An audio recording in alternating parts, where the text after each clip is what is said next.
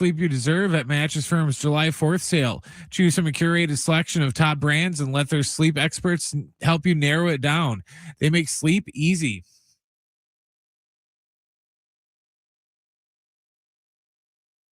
It's Schaefer and Sliwa. John Schaefer and San Diego's own Alan Sliwa. Your Schaefer and Sliwa. All right, San Diego and Southern California, what's going on? Hour one, Schaefer and Sliwa. Padres. What a difference, Alan, a couple of days makes for San Diego. Winners again. Good baseball. And in remarkable come-from-behind fashion, now playing for a sweep later on this afternoon at 5:40. But what we were saying a couple of days ago, it's kind of turned from that 8-17 stretch to winning a series against the Atlanta Braves with that come-from-behind win last night.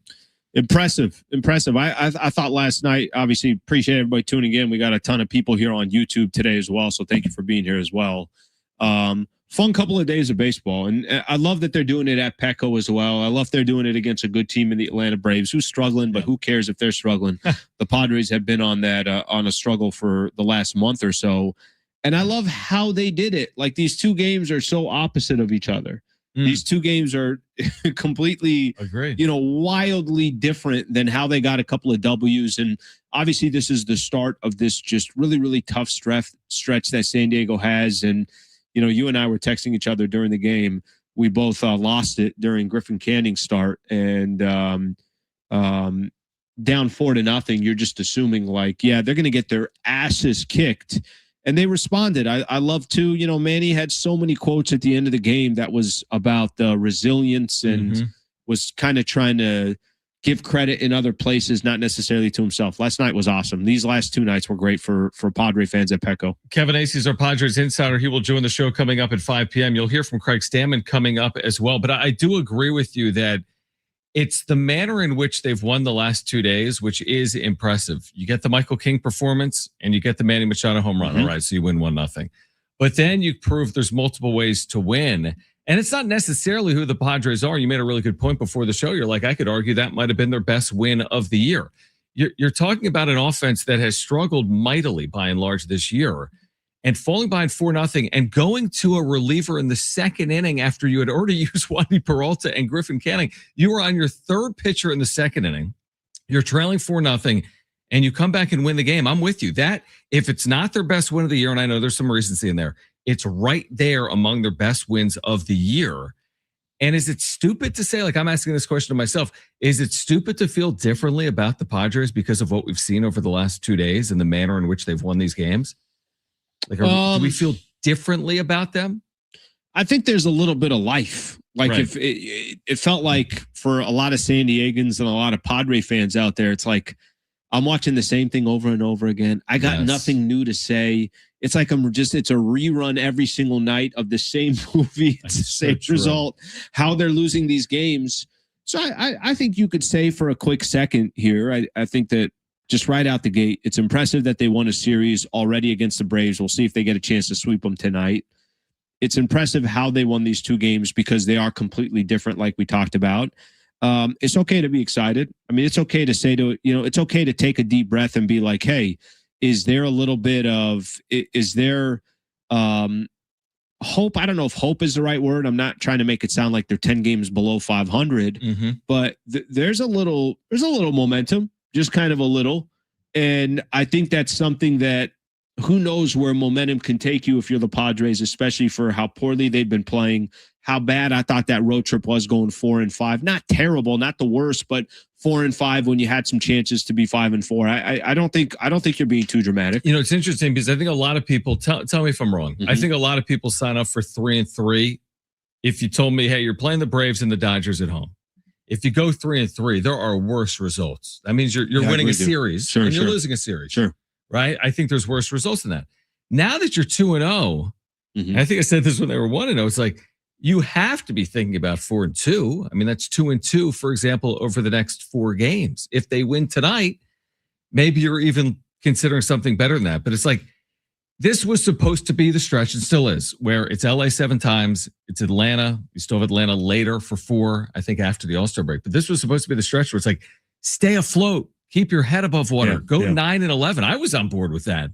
Now that they're 2-0, does your opinion change on the stretch that they're currently in? No, I think for me, watching this team and kind of seeing their ups and downs throughout the season, I'm not thinking about the Dodgers. I'm not thinking about, what are they going to go over this 6-game stretch? I know why you would. I know why you jump towards that. I just kind of get to Atlanta here. Sure, that's fair too. What does it look like? Yep. I haven't even looked at what are the matchups. I think there's a day off between. Thursday. No, they play. Yeah, you're right. Thursday, they're off Thursday. That day off in between, then you can kind of start looking at the Dodgers. What are the matchups going to be? I don't even think, if I'm right on here, I don't think King is King would be a part of the last game on Sunday.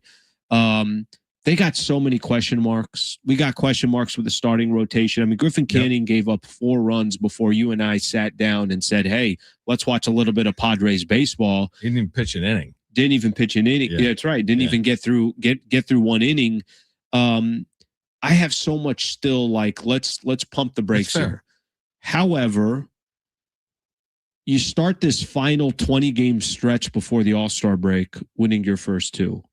Like I said, there was actually Mason Miller got to come out and close a game in a 1-0 game on ESPN. And I feel like I haven't seen Mason Miller, I haven't seen him in 3 years. Okay. But like a real environment where it's a close game. It can go either way. He's coming out the pen. The music is on. They're doing the whole setup that everybody was excited about with Mason Miller earlier on. Yesterday, you have a game where Tatis hits a home run to tie it. Machado hits a single to win it. Like, there was also moments in that game where Petco Park felt like Petco Park again.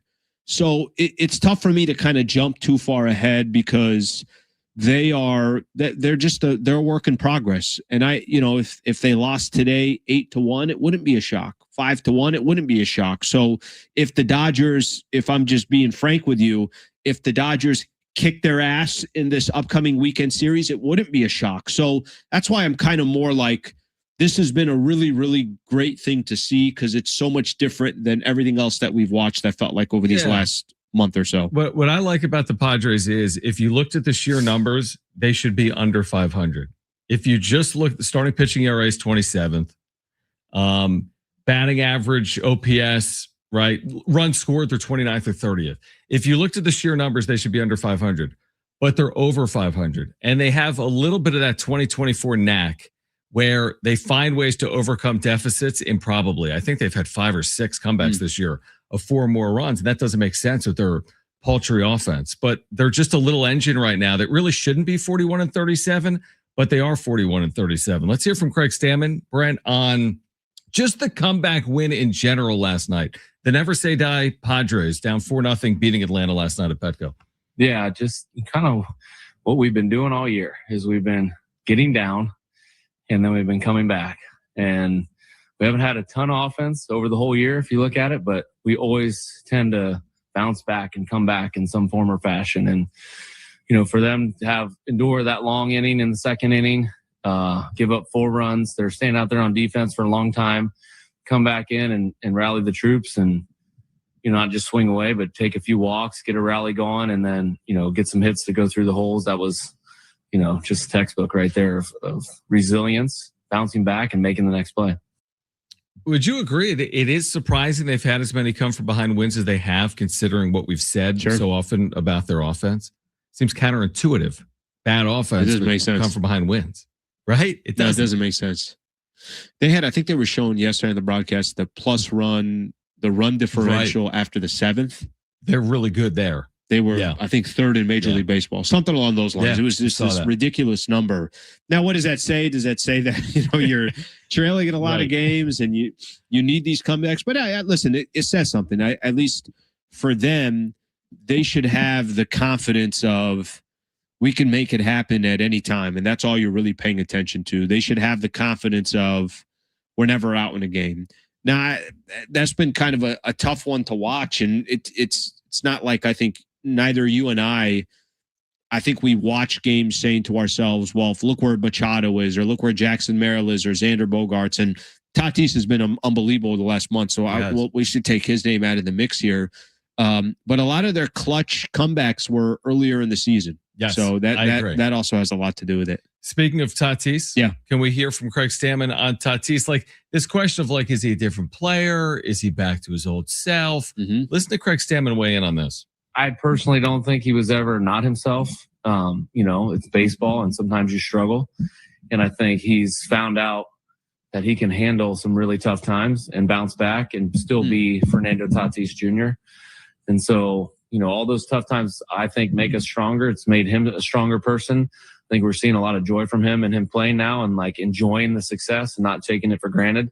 He is who he is. It's part of his journey. That early part of the season that was a struggle was just what he needed, in my opinion. Interesting insight, perspective from Stammen on the state of Fernando Tatis Jr. this year. He had a moment yesterday. I can't recall the inning, but he had a moment. It was 1-2, 2-2 pitch, something like that, and he was fooled on it, and he just kind of swung at it and struck three. Yeah, or struck out. Yeah, and it kind of actually was interesting. It was a surprise. It was like because there was a point in the season where I had such little faith in Tatis of doing anything, and yesterday it kind of flipped around. It was Tatis swinging at a pitch and kind of getting fooled. It was like, whoa, that looked almost like old Tatis, where in the past, that's all I remember of Tatis. Now he's obviously hitting the cover out of the ball. More of the Padres going for a sweep by JP Sears of all pitchers here tonight. Can they secure it or not?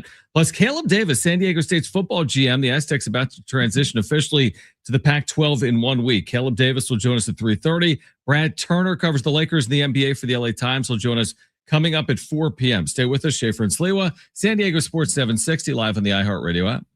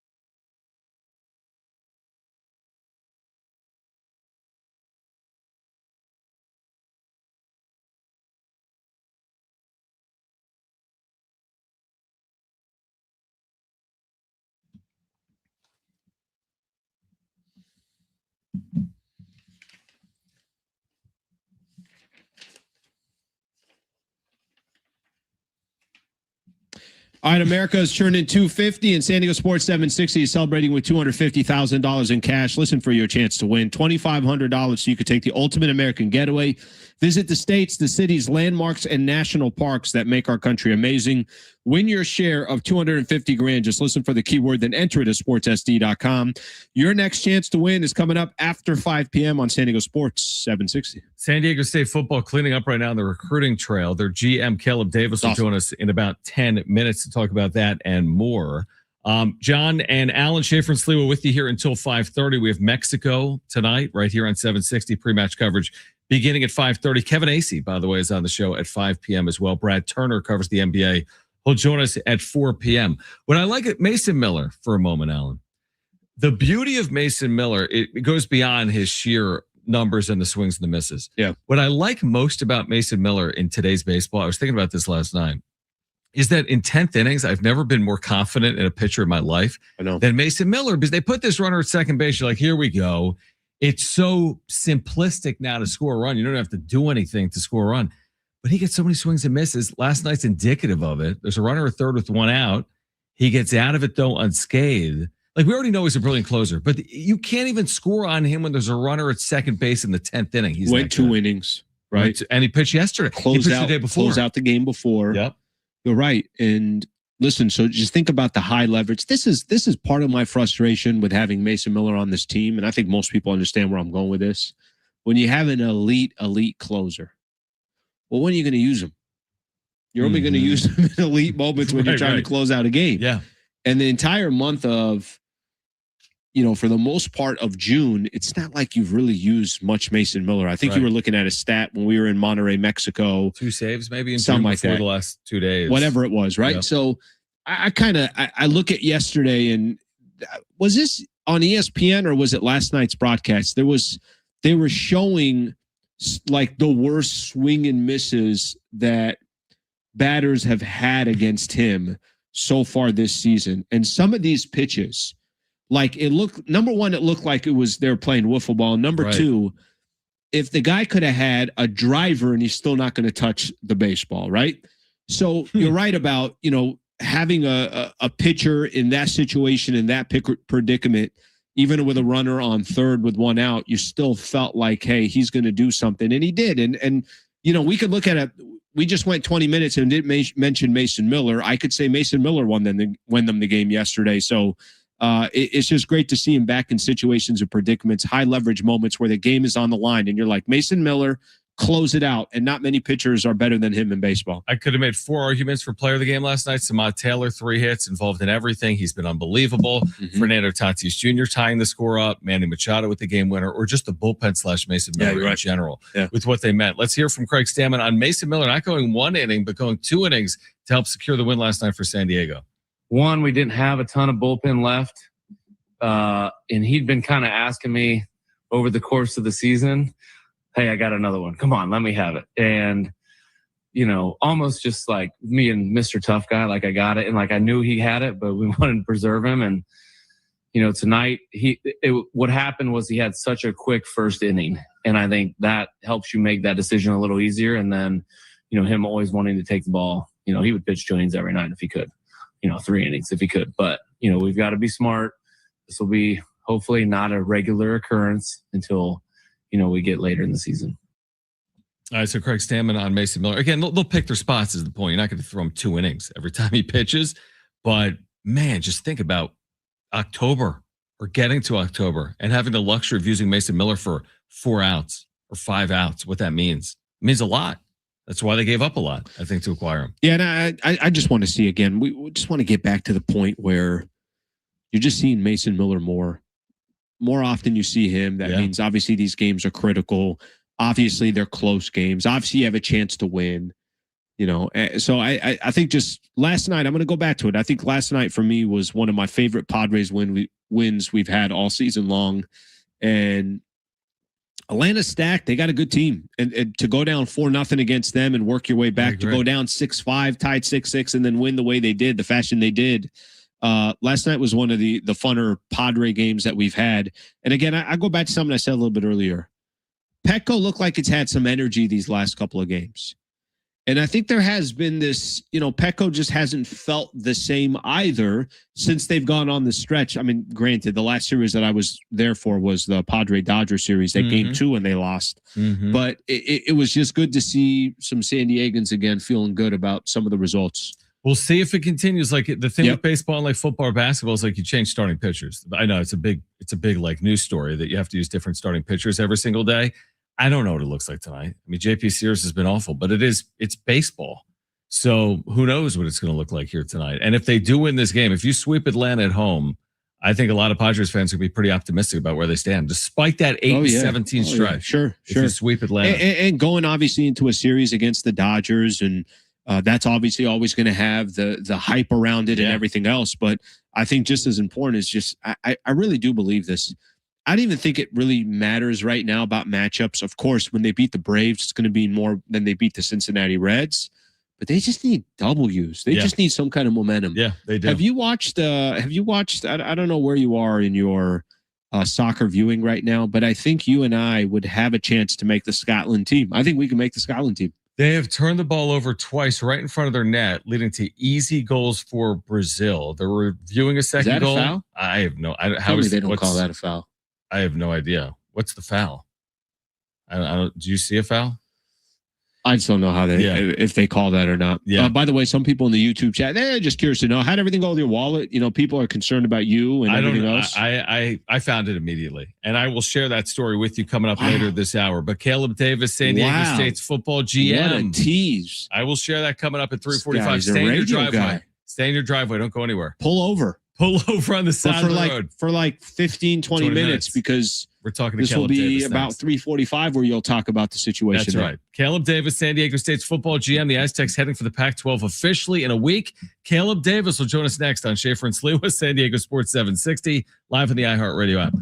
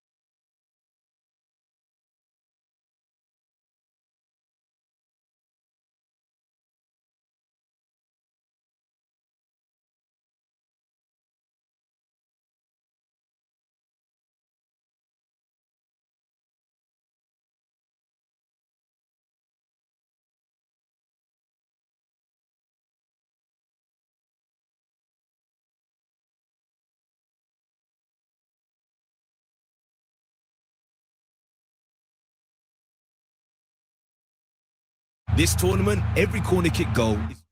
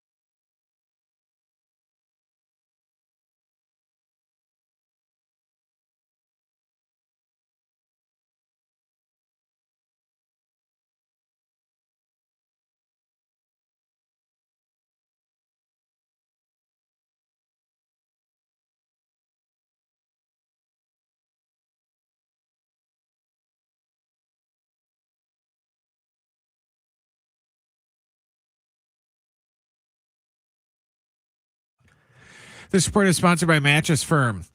The Padres are downtown at Petco getting set for game 3 of their series against the Braves. It's going to be Martin Perez going for Atlanta and JP Sears on the hill for the Friars. First pitch tonight is at 5:40.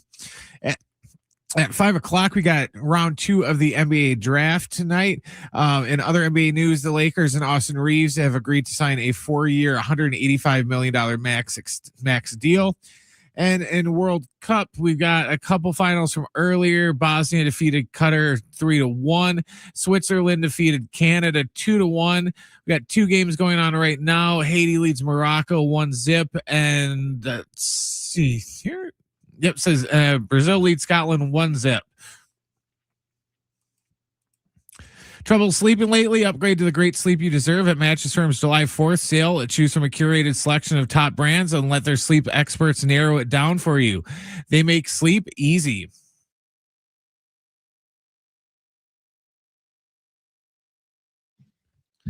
I'll tell you what, this is hard to believe. What's today? Is today June 24th? June 24th. A week from today. Do you know what a week man. from today is?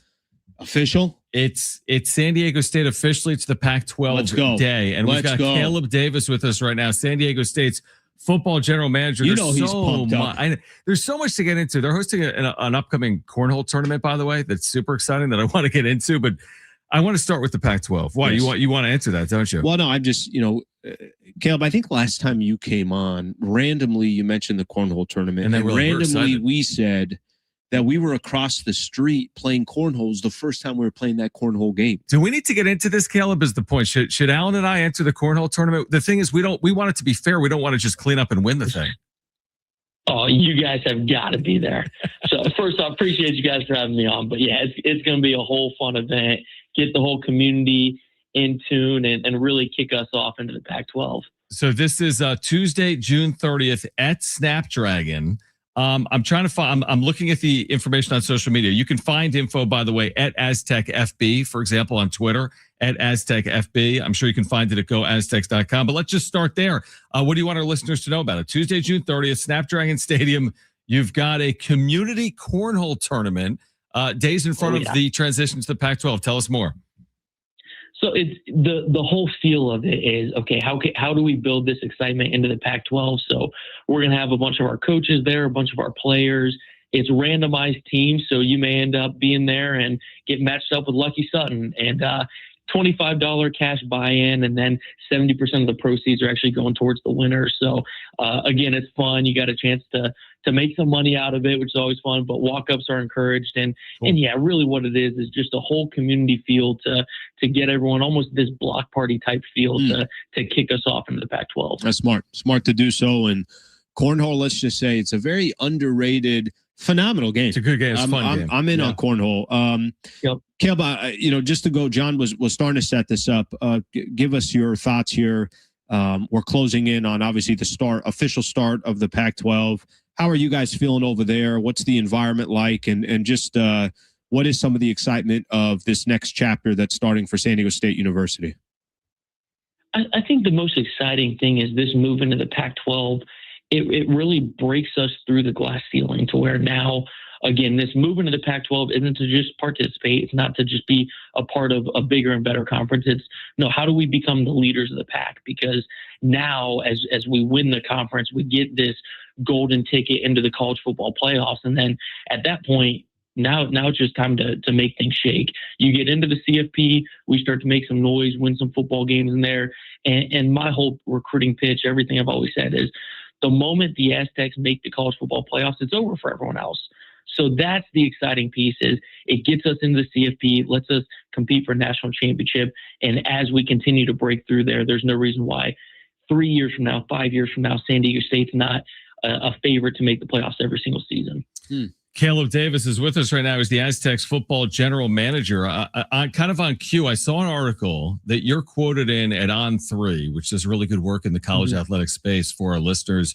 A lot of it tied to recruiting. And you're quoted in an article at On3 Rivals of "We can do anything."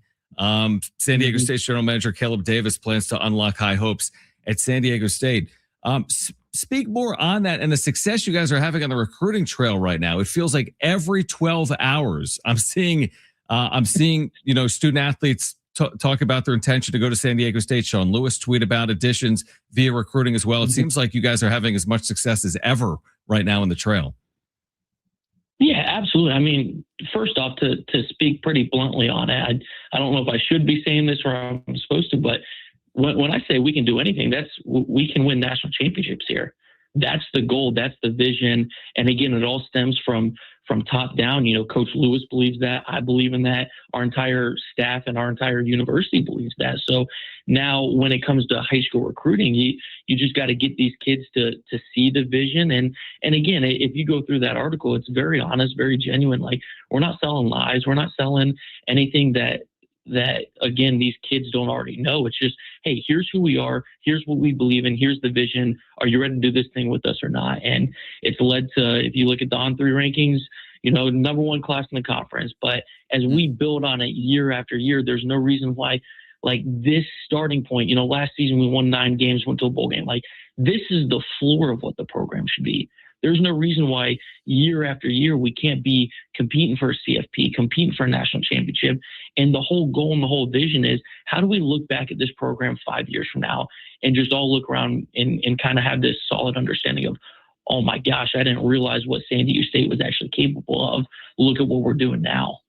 Caleb Davis, the San Diego State football GM, joining us here on the Schaefer and Sliwa show.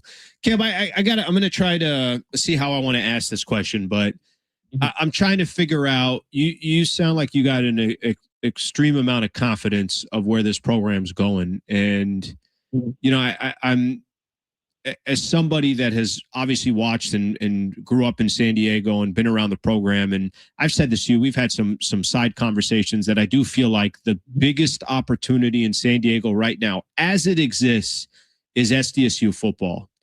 What gives you the confidence that you have, that you genuinely feel that this thing is going to be a powerhouse out here? And I won't even talk about let me just stay in the Pac-12, that they can be a powerhouse in the Pac-12. Give us some reasons, some depth into some of your confidence. I would say, number one, just look across the landscape. Like, this is the most polarizing era of college football ever, to where you look at, if you would have said even 3 or 4 years ago, Indiana is going to be a national champion, and Texas Tech is a perennial playoff favorite, and all these different schools that, again, don't necessarily have the history and tradition that, even San Diego State has, to where all we have to do is cultivate this community, cultivate this alumni base, this booster base. And as we continue to elevate this thing, like, there are truly heights that were never possible 10 years ago, 15 years ago, that now we just have to get this whole community in the city involved. And for the first time ever, it's actually possible. Like, if I would have been sitting here 10 years ago, 15 years ago, talking about the vision, I don't know if that national championship was ever actually possible. But in today's era of college football, it's there and it's ours for the taking. Now it's just, how do we continue to take the steps to every single day elevate this program into never before reached heights? Caleb Davis, San Diego State's football GM, with us right now on Schaefer and Sliwa. Let's talk about what's to come in 2026. Fall camp will open within weeks. We're not days away, but within weeks. How do you see the storylines developing for this football team in terms of what you have back from last year? Tons on offense, obviously a number of new pieces specifically on defense. What do you see as the questions that are going to be asked and need to be answered heading into the upcoming year? I think the questions that we're, as a coaching staff and as a football staff, so waiting to be answered is, okay, who's going to be our guys that step up? Like, last year, you knew going into the season, whether it was Trey White, Chris Johnson, like, you felt good about those guys. And it's, who's going to be that? Who's going to take the next step? Like, can Lucky Sutton break out even more from what he did last year? Jaden Denigal, now that he's healthy and he's got his feet under him, he's got top 4 receivers back from last year. Like, as all this stuff comes together, who's going to be the guys of this group that really step up and elevate? And it's been really, really cool to see through this summer some of that leadership continue to emerge. But that's where fall camp, you get that different feel, because the season is literally right knocking on the doorstep. So who's going to take that next step and keep on elevating? Because this team's talented as heck now. Like, we've got more than enough talent to go and continue to build into the Pac-12. But it's who's going to take the next step, who's going to keep on elevating, because gosh, when we get this whole team clicking on all cylinders, like we got a shot to be really, really special this year. Caleb, just to kind of play off of that, you said that the talent is there. When you've been obviously around the program, or you've been around football programs, give me some intangibles outside of talent.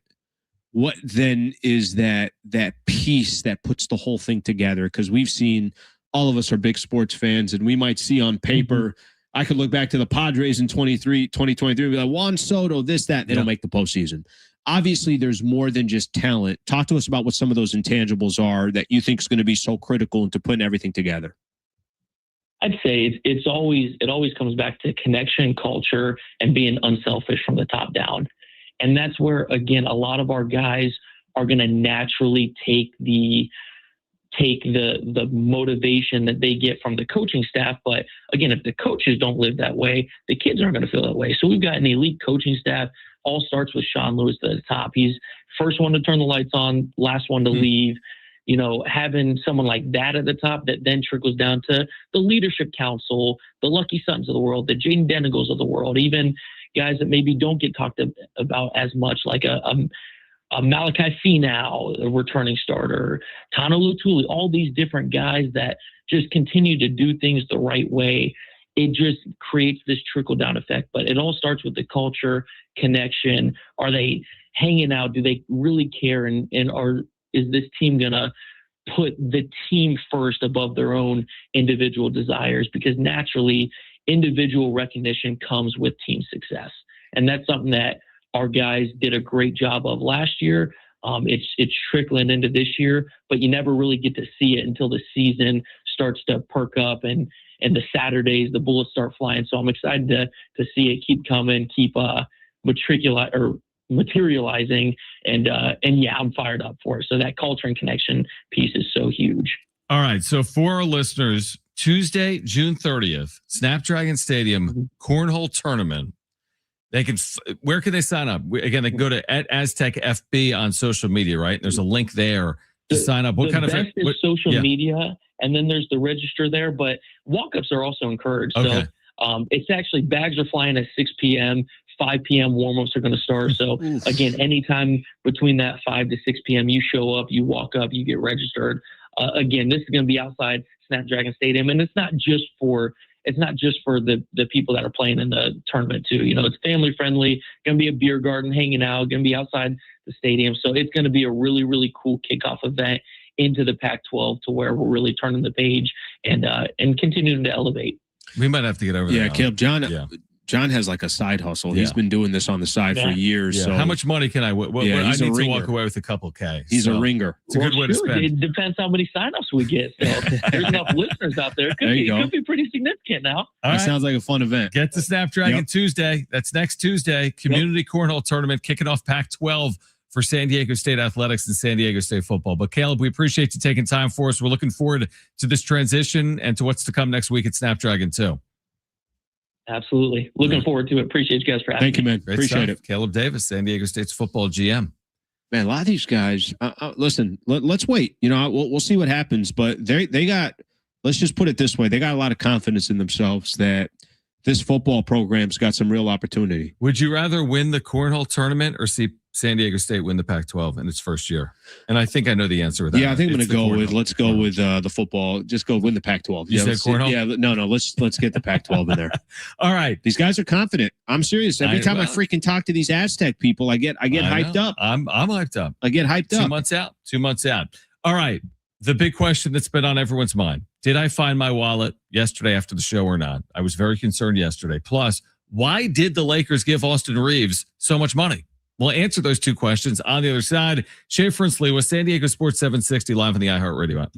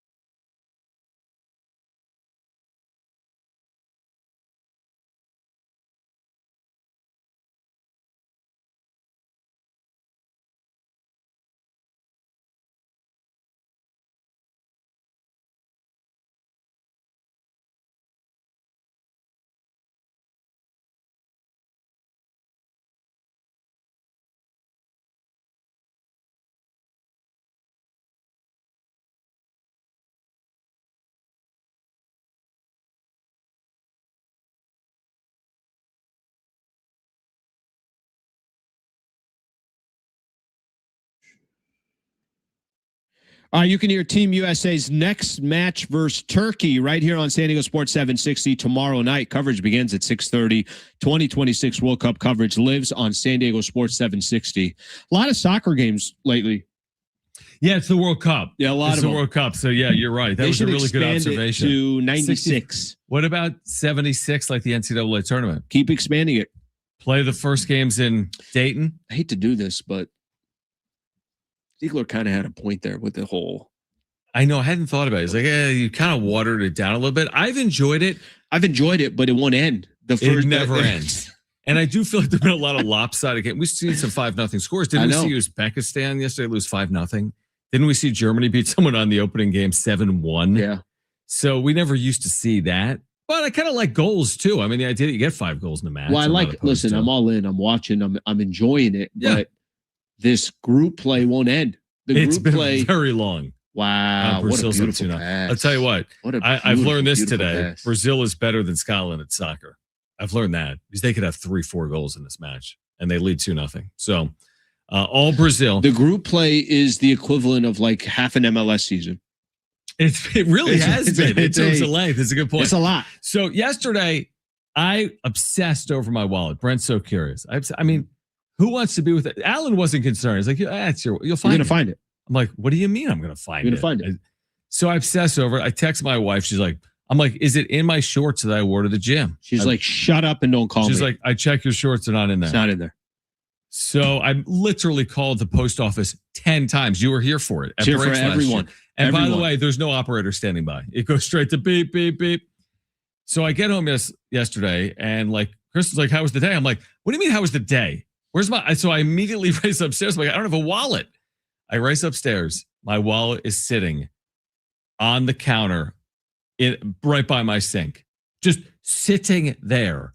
So I'm kind of thinking to myself, hey, Kristen, did you consider like looking for it or letting me know? She's like, oh, I didn't see it. And she sees everything. She's one where I say, hey, do we have honey? She's like, 5th shelf towards the left, but not fully back. And it's next to the mayo, but not the regular mayo, the spicy one. It's pretty funny.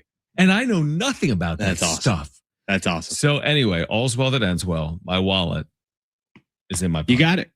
Would you put, serious question? Now, you don't even use a wallet, which is like very controversial. No, I didn't lose mine yesterday. Because you don't have one. But would you put like an Apple tag on it? A serious question. Like, should I put like a Find My Wallet type device on my wallet? You should put an Apple tag on you. Where am I? Dude, I've been losing a lot recently. No, you shouldn't put it. It doesn't matter. Yeah, sure. If you want to, if that makes you feel better, It would kind of make me feel better. sleep better at night, then Dude, I lost my AirPods, Brent, in Monterrey, Mexico. I'm like, where are they? We had sat in some massage chair. I had to go back upstairs. There was some dude in the massage chair. I'm like, are you sitting on my AirPods? He didn't even know English. He got up and there were the AirPods. That's why, just for you personally, I would suggest putting like an Apple AirTag in everywhere on any. Just on because everything. you freak out over stuff like this. I do freak out. Like if Alan lost his hypothetical He's like, wallet that he doesn't have, he wouldn't freak out over just it. what happens. You It's stress gonna over happen. stuff like this. It's just going to happen. You did have. I did notice this about you. Oh, here we go. You're a stressor. Oh, are you 100%. Serious? I stress over everything. I mean, we were like, what was I stressed out of? Oh yeah, he's like, let's get to the game. Like you're like, let's go an hour. No, but there was more stuff like the airport with the luggage. You were losing it. I was right though. You were right on that. But you were like, we had an airport. We still had like 3 hours left, and you're like, well, I don't know what's going to happen. This, you know, they're gonna. Then you got to watch out because then once you get on their radar, then you got to be careful of your taxes. Like you were connecting dots that I never even heard of. Brent, we went through security in Tijuana. It was so easy. It was there very we are. easy. We're through security. Like, hey, your deodorant can't go through. I'm like, well, I'm checking my bag. They're like, well, you should have already done that. This is security. We forgot. So I got interesting. So now we had our paid check for that, bags. too. We had our check bags in the airport. So Alan's like, well, we could just bring them on the plane, right? What are they going to do? I'm like, I don't know, dude. We go to the gate. The guy's like, no. He was like, didn't speak English. He's like, go back through. You got to go check those things. So we did. We had the time to do it. But again, yeah, you guys are both right. I am a panicker. No. But I'm going to give you this. Let me give you this. 2 different times, I was like, we'll be fine. You were kind of right on the getting to the game early. You were right about that. I have like, I like to plan it out in my head, what it's going to entail. I'm serious. And when I'm thinking like World Cup match in Monterrey, Mexico, like I had a feeling it would take a while to get in that building. And it was a complete and utter disaster. Yeah, is what it was. Or let me just tell you this: if we left at 8, we're getting in there by 9. We left. Yeah. If The we were problem is we left at behind- 6:30, or no, we left at 5:30. 6 o'clock for a 10 o'clock match. 10 p.m. Yeah. Right? Yeah. We're going to 10 talk o'clock match about there. Austin Reeves coming up on the other side with Brad Turner. We're going to talk Brad about Turner. the Lakers picking Cameron Carr, right, out of Tennessee. 25th. Cameron Carr That was in a out of trade. Baylor. Out of Baylor, Cameron Carr was at Baylor. he was at Tennessee, but I don't think he him played last there. year. I don't think he played there, and then he was at Baylor.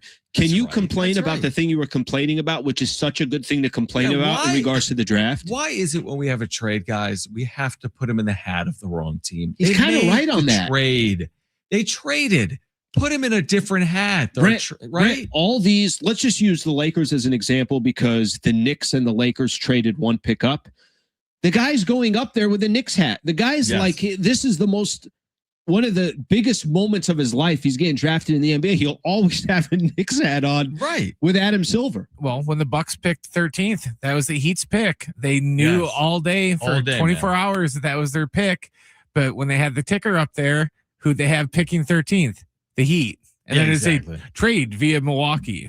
The broadcasters are like, why are we doing this? Like everybody, even ESPN's broadcast yesterday, Malika Andrews, all them, they're kind of Bobby Marks is on there. And they all are like, yeah, this guy's going to end up on It's the a other big team. pet peeve for me. It's- Now I we think have it's their, fair. their initial trading cards, these signed cards, are now with a hat. It doesn't for a make any team they'll sense, never to be play honest for. with you. By the way, go back and watch Cameron Carr against San Diego State, Alan, on November 26th. Watch the highlights. 35 minutes. Baylor won that game and come from behind fashion in Vegas in the players era. 17 points, 5 of 11 from the floor against the Aztecs in 35 He had, minutes. what do you make of this? He had a combine, NBA combine. Mm-hmm. He dropped 30, 6 of 12 from the 3-point line, 9 of 18 from the Wow. field. What did they do after that? One game? Done. Shut it down. Shut it down. Yeah, that happens now. You're like, that's it. I don't want to play another game where I had 8 points and Yeah. I went 2 of 8 from the 3-point line. Such a good So point. they just shut it down. Dude, So he was good. He I was mean, good in that game. He was good. I Mm-hmm. don't specifically remember him, to be honest with you. He had a very good year, dude. 19 points per game, I shot know. 38% from 3. Like, And it's and very look good. at his field goal. It's like 49 or Which something is- from in the college field. is impressive. Is really Sheesh. impressive. All right. Speaking of the Lakers and the NBA and the draft, Brad Turner, he covers the Lakers and the NBA for the LA Times. Much more on Austin Reeves and the draft on the other side with Brad Turner. We're here until 5:30. Kevin Acey's on the show at 5 p.m. Schaefer and Slee with San Diego Sports 760. We're live on the iHeartRadio app.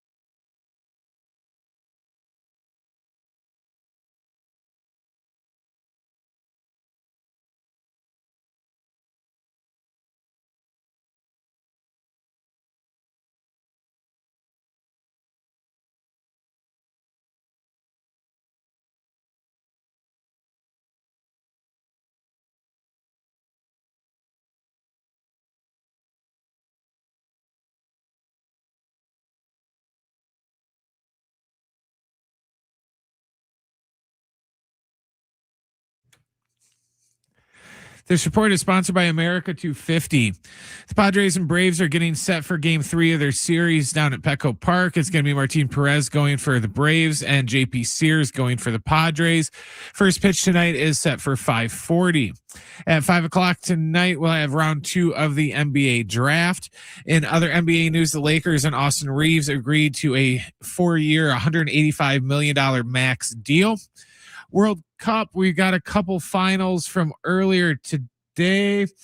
Switzerland defeated Canada 2-1. Bosnia defeated Qatar 3-1. Right now at halftime, Morocco and Haiti are tied at 2 apiece. And also at the half, Brazil leads Scotland 2-0. This July 4th, celebrate with America 250 at America's Block Party at the Los Angeles Memorial Coliseum, hosted by Queen Latifah. See performances from major artists, including Chris Stapleton and the Smashing Pumpkins, patriotic tributes, and giving the 4th. Get your tickets at america250.org/LA.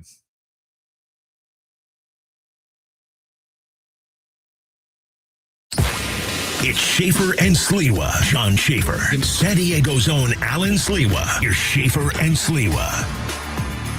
All right, hour 2 here in San Diego, round 2 of the NBA draft about to get underway. And great to connect right now with Brad Turner. Back with us here, Schaefer and Sliwa, San Diego Sports 760. Covers the Lakers and the NBA for the LA Times, and with us right now. BT in the house. We appreciate you hopping on. Obviously, it's been very busy. I want to start with Austin Reeves. I don't think it's unexpected, but what's your reaction to the terms of the reported extension? And thanks for joining. Well, my first reaction is, why was Alan's name on there last? He deserved to be last. I mean, I agree with that. Yeah, I'm coming on a show here, joining John. He's in the foundation. Here. Here's what happened, Brad. Hold on, let's start here. I said I'm not doing the show with Alan if my name's Sam. I just said I'll walk. It's all right. You are a smart man. You got a smart man like Austin Reeves, a smart man. That's right. Yes. Ooh, no question about that. How about that, huh? That's good money if you can get it. I mean, I kept wondering what he would get early on. We kept hearing the max would be 5 years, 240, and it was something that he was obviously, and his people were interested in. But should we say, settle with court walks around it on 4 years, $185 million, which is the max you can get for a 4-year deal. It's pretty good cheese. You can buy a lot of golf clubs with that. Maybe you can buy some better hoodies to wear. My God. BT, with that in mind, you know, I think, and you could look at it, that 4th year is going to be a player option. So this isn't uncommon where players and their agents will try to come back to the table 3 years from now and see if they get a couple more years attached to their deal. Just from your perspective, I don't think anybody questions that Austin Reeves isn't talented or anything like that. But how do you think the Lakers now approach these next couple of years, which seem to be so important, having Luka Doncic? And I think clearly there are some challenges with having that as your backcourt, not offensively, but obviously there's more to the game than just offense. How do you think the Lakers, what's kind of their next step as they figure out rounding out the rest of their roster? You know, Alan, it's a difficult situation for the Lakers. They have cap space still. The problem is that the best free agents on the market were Austin, LeBron, and Rui. Beyond that, you really didn't hear a lot of top-tier names out there that are free agents, and it's because players now are signing their contracts for 4 years, 5 years, and then they're requesting trades. Well, a la Austin Reeves. Rather than become a free agent, he signed a 4-year contract, player option after that year is over, so he can opt out, or things don't go right, maybe he will request a trade. I doubt if that happens. So it's difficult for the Lakers to kind of put things in place when there just aren't that many free agents out there. This year, no one, really.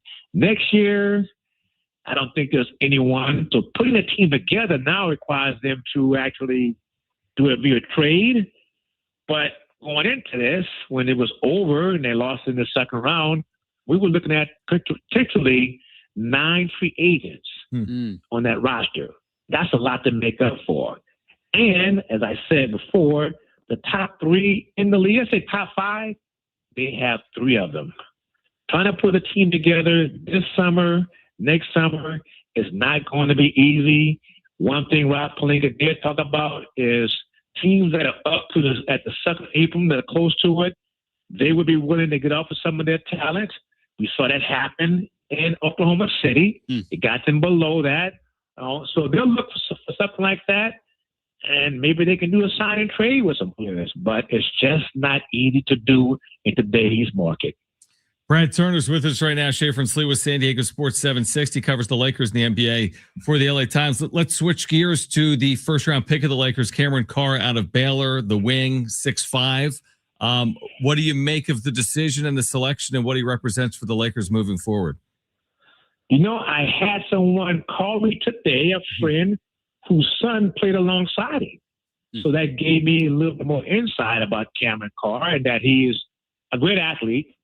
I mean, I'm sure you saw the numbers. His vertical is 42.5, which is Allen-type leaping skills.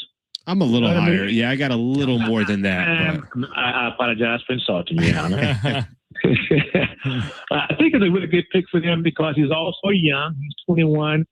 What the Lakers needed was some more youth, athleticism, and someone that I can play on the other side of the basketball. I'm not quite sure how good he is on defense. That's questionable. His ball handling skills aren't the best, but he can shoot it.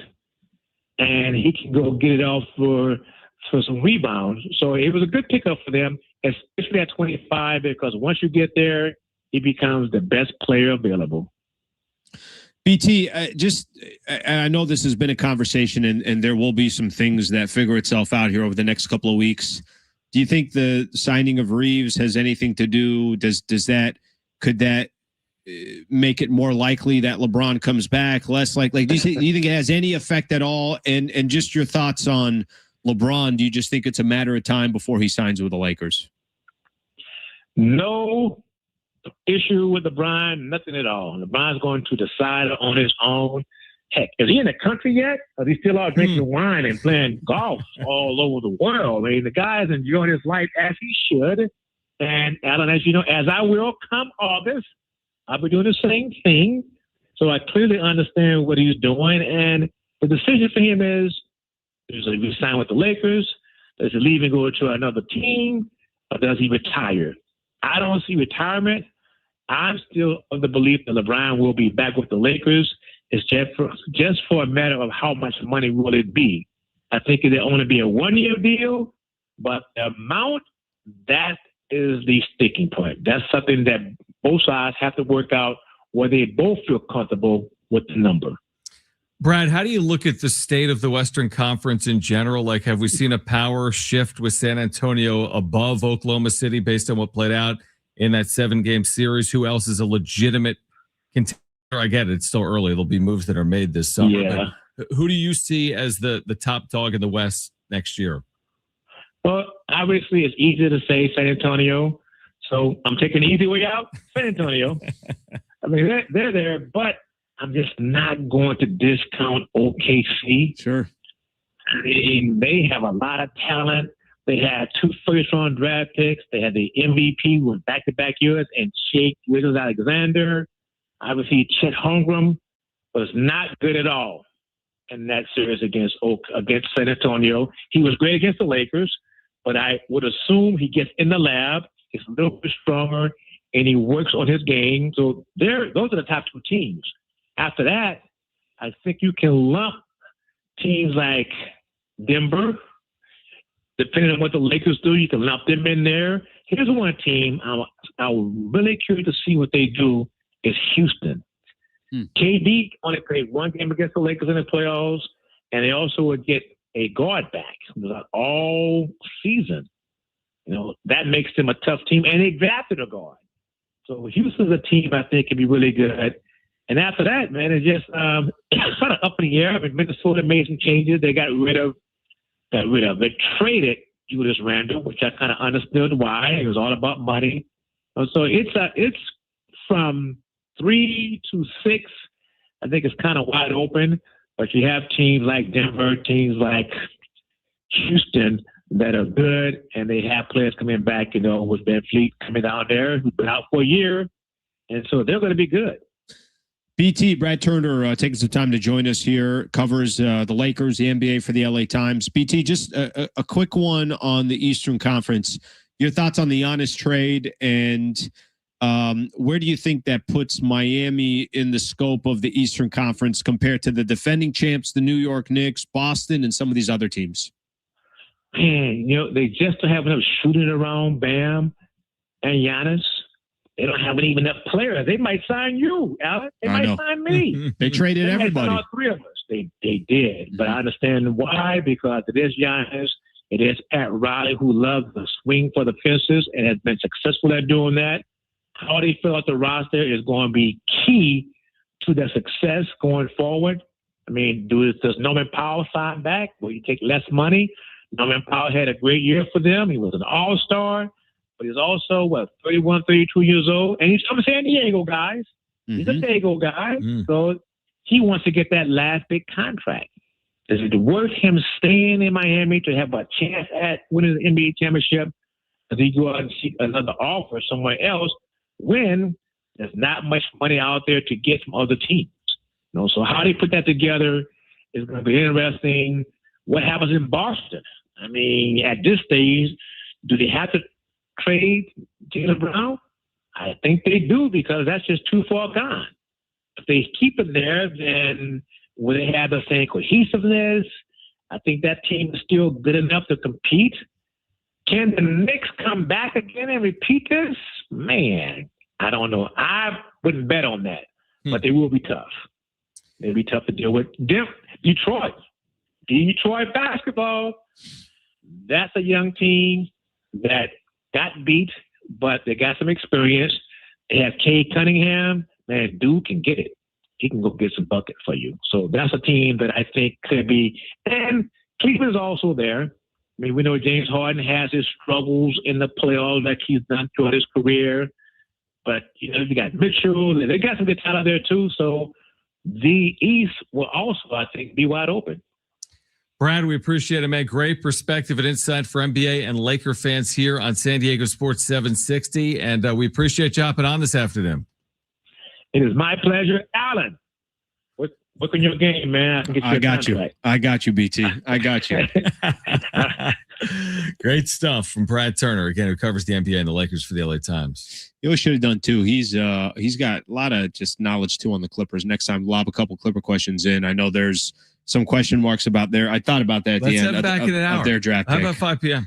No, Kevin Acey's going to join us at 5 p.m. You're going to hear from Craig Stammen on the other side. The dangers of using an opener. It's particularly relevant right now with the Padres starting JP Sears here tonight. We'll get to the wrap at 4:30. Here until 5:30 and pre-match coverage for Team Mexico tonight on 760. Schaefer and Sliwa, San Diego Sports 760, live on the iHeartRadio app.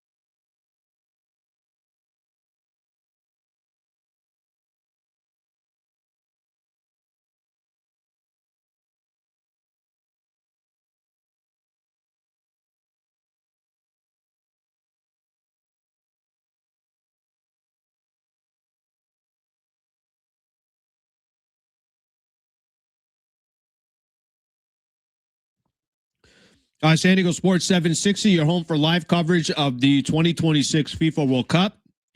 Get daily match updates from the opening match to the final, July 19th. Hear live play-by-play of the most anticipated games in every USA match. 2026 World Cup coverage lives on San Diego Sports 760. All right, so Padres at the earlier start, the 5:40 start against Atlanta, going for a sweep. We'll hear from Kevin Acee at 5 p.m. We'll get to the wrap at 4:30. Why am I nervous about this game? Are you? I just got a little nervous. It's old friend Martin Perez for the Braves against, I don't know if he's an old friend or not, JP Sears, who's back up for the Padres. He was part of the Mason Miller trade. They are desperate for innings right now. They are. That's what I was going to ask. Like, how do you feel in general about openers? The Padres' strategy here recently has been to use openers, maybe hiding their kind of leaky rotation a little bit. They're not using one today, I don't believe, for JP Sears. How do you feel in general about the strategy of starting with a reliever?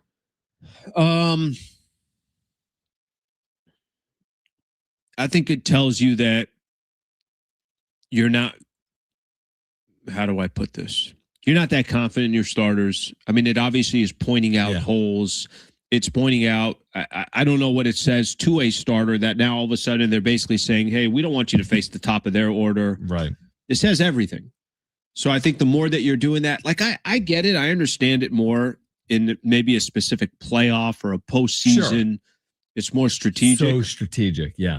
When you're doing it on June 23rd.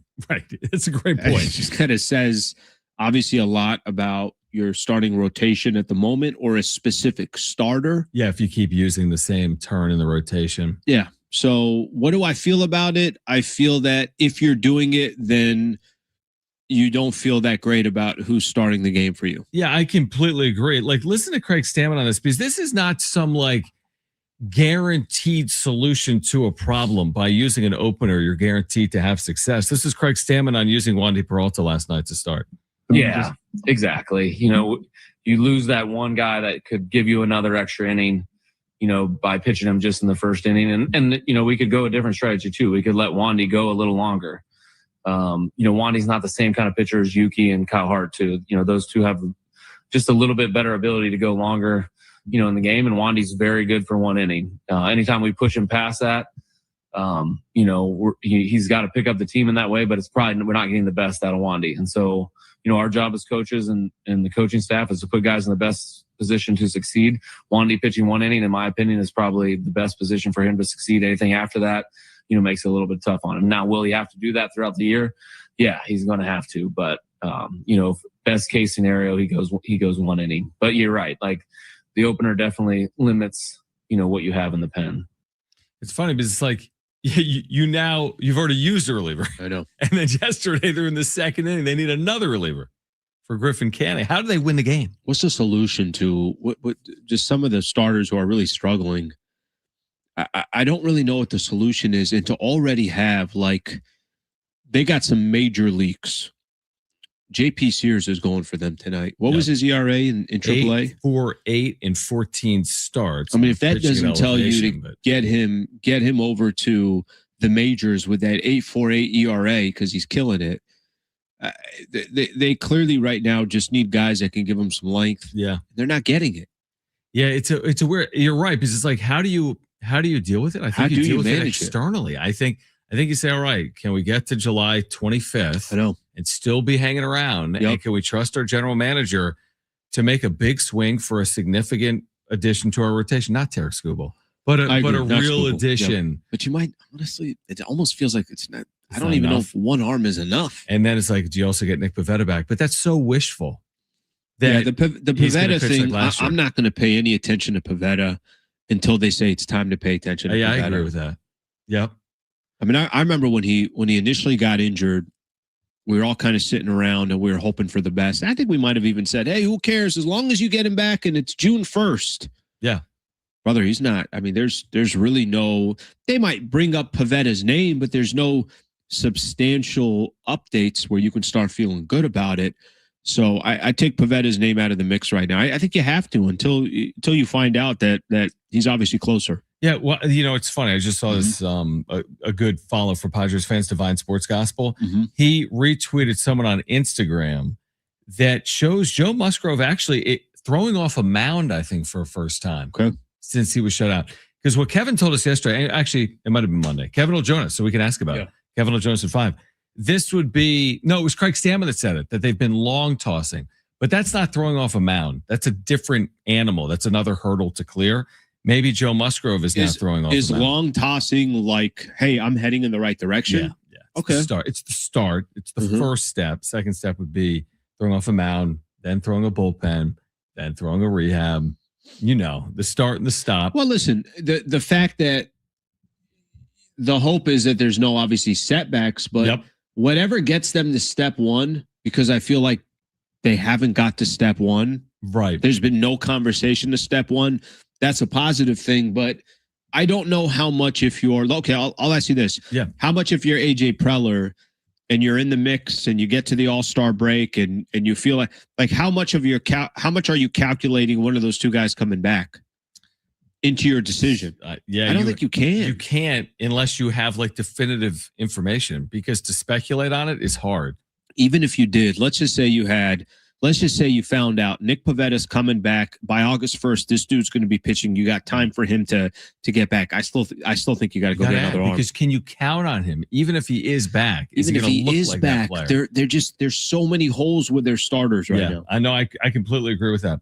We'll get to the wrap on the other side. Kevin Acee with much more on the Padres winning the series against Atlanta, turning to JP Sears here tonight, the state of the rotation, and more. Kevin will join us live at 5 p.m. We're here until 5:30 because Mexico plays tonight. You can hear it on 760 pre-match coverage beginning at 5:30. But the wrap is coming up next on Schaefer and Sliwa, San Diego Sports 760. We're live on the iHeartRadio app.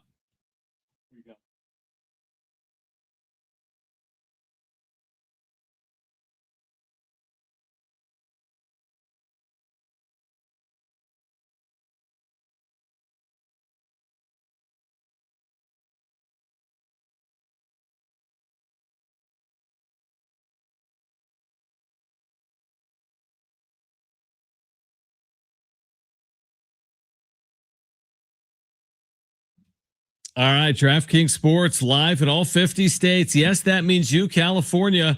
The whole world is watching. One tournament right now, group stage chaos, knockout drama, and stoppage time heartbreak. The DraftKings Sports app is now live in California, so whether you're catching the early kickoff before work or the late match at the bar, you're in on every minute, every match, every moment, all in one app. Right here in California, the world's biggest stage is in the palm of your hand. New DraftKings customers, sign up with a code SD760. Spend $5 to get $200 in total rewards. That's code SD760. In partnership with DraftKings, the crown is yours. Event trading offered by DraftKings Predictions, the CFTC registered introducing broker. Trading involves risk of loss. Market availability varies. Eligibility restrictions apply. $50 every 7 days via click to claim, issued in non-withdrawable predictions dollars that expire in 1 year, ends June 28th. Terms, dkng.co/predictions promo.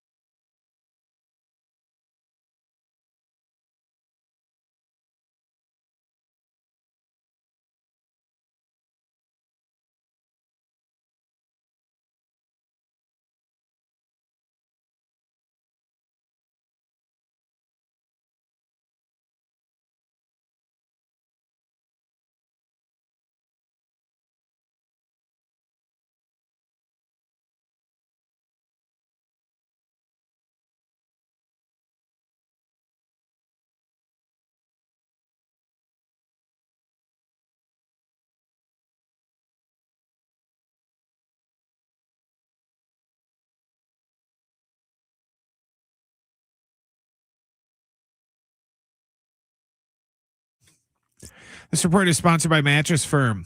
The Padres and Braves are down in Petco getting set for game 3 of their series. It's going to be Martin Perez going for Atlanta and JP Sears on the hill for San Diego. First pitch tonight is at 5:40. NBA round 2 of the NBA draft is tonight at 5:00. In other NBA news, the Lakers and Austin Reeves have agreed on a 4-year, $185 million max extension. World Cup scores. We got some finals from earlier. Switzerland defeated Canada 2-1. Bosnia defeated Qatar 3-1. Right now, we are tied at 2 apiece between Morocco and Haiti. And Brazil is all over Scotland 3-0. Trouble sleeping lately? Upgrade to the great sleep you deserve at Mattress Firm's July 4th sale. Choose from a curated selection of top brands and let their sleep experts help you narrow it down. They make sleep easy.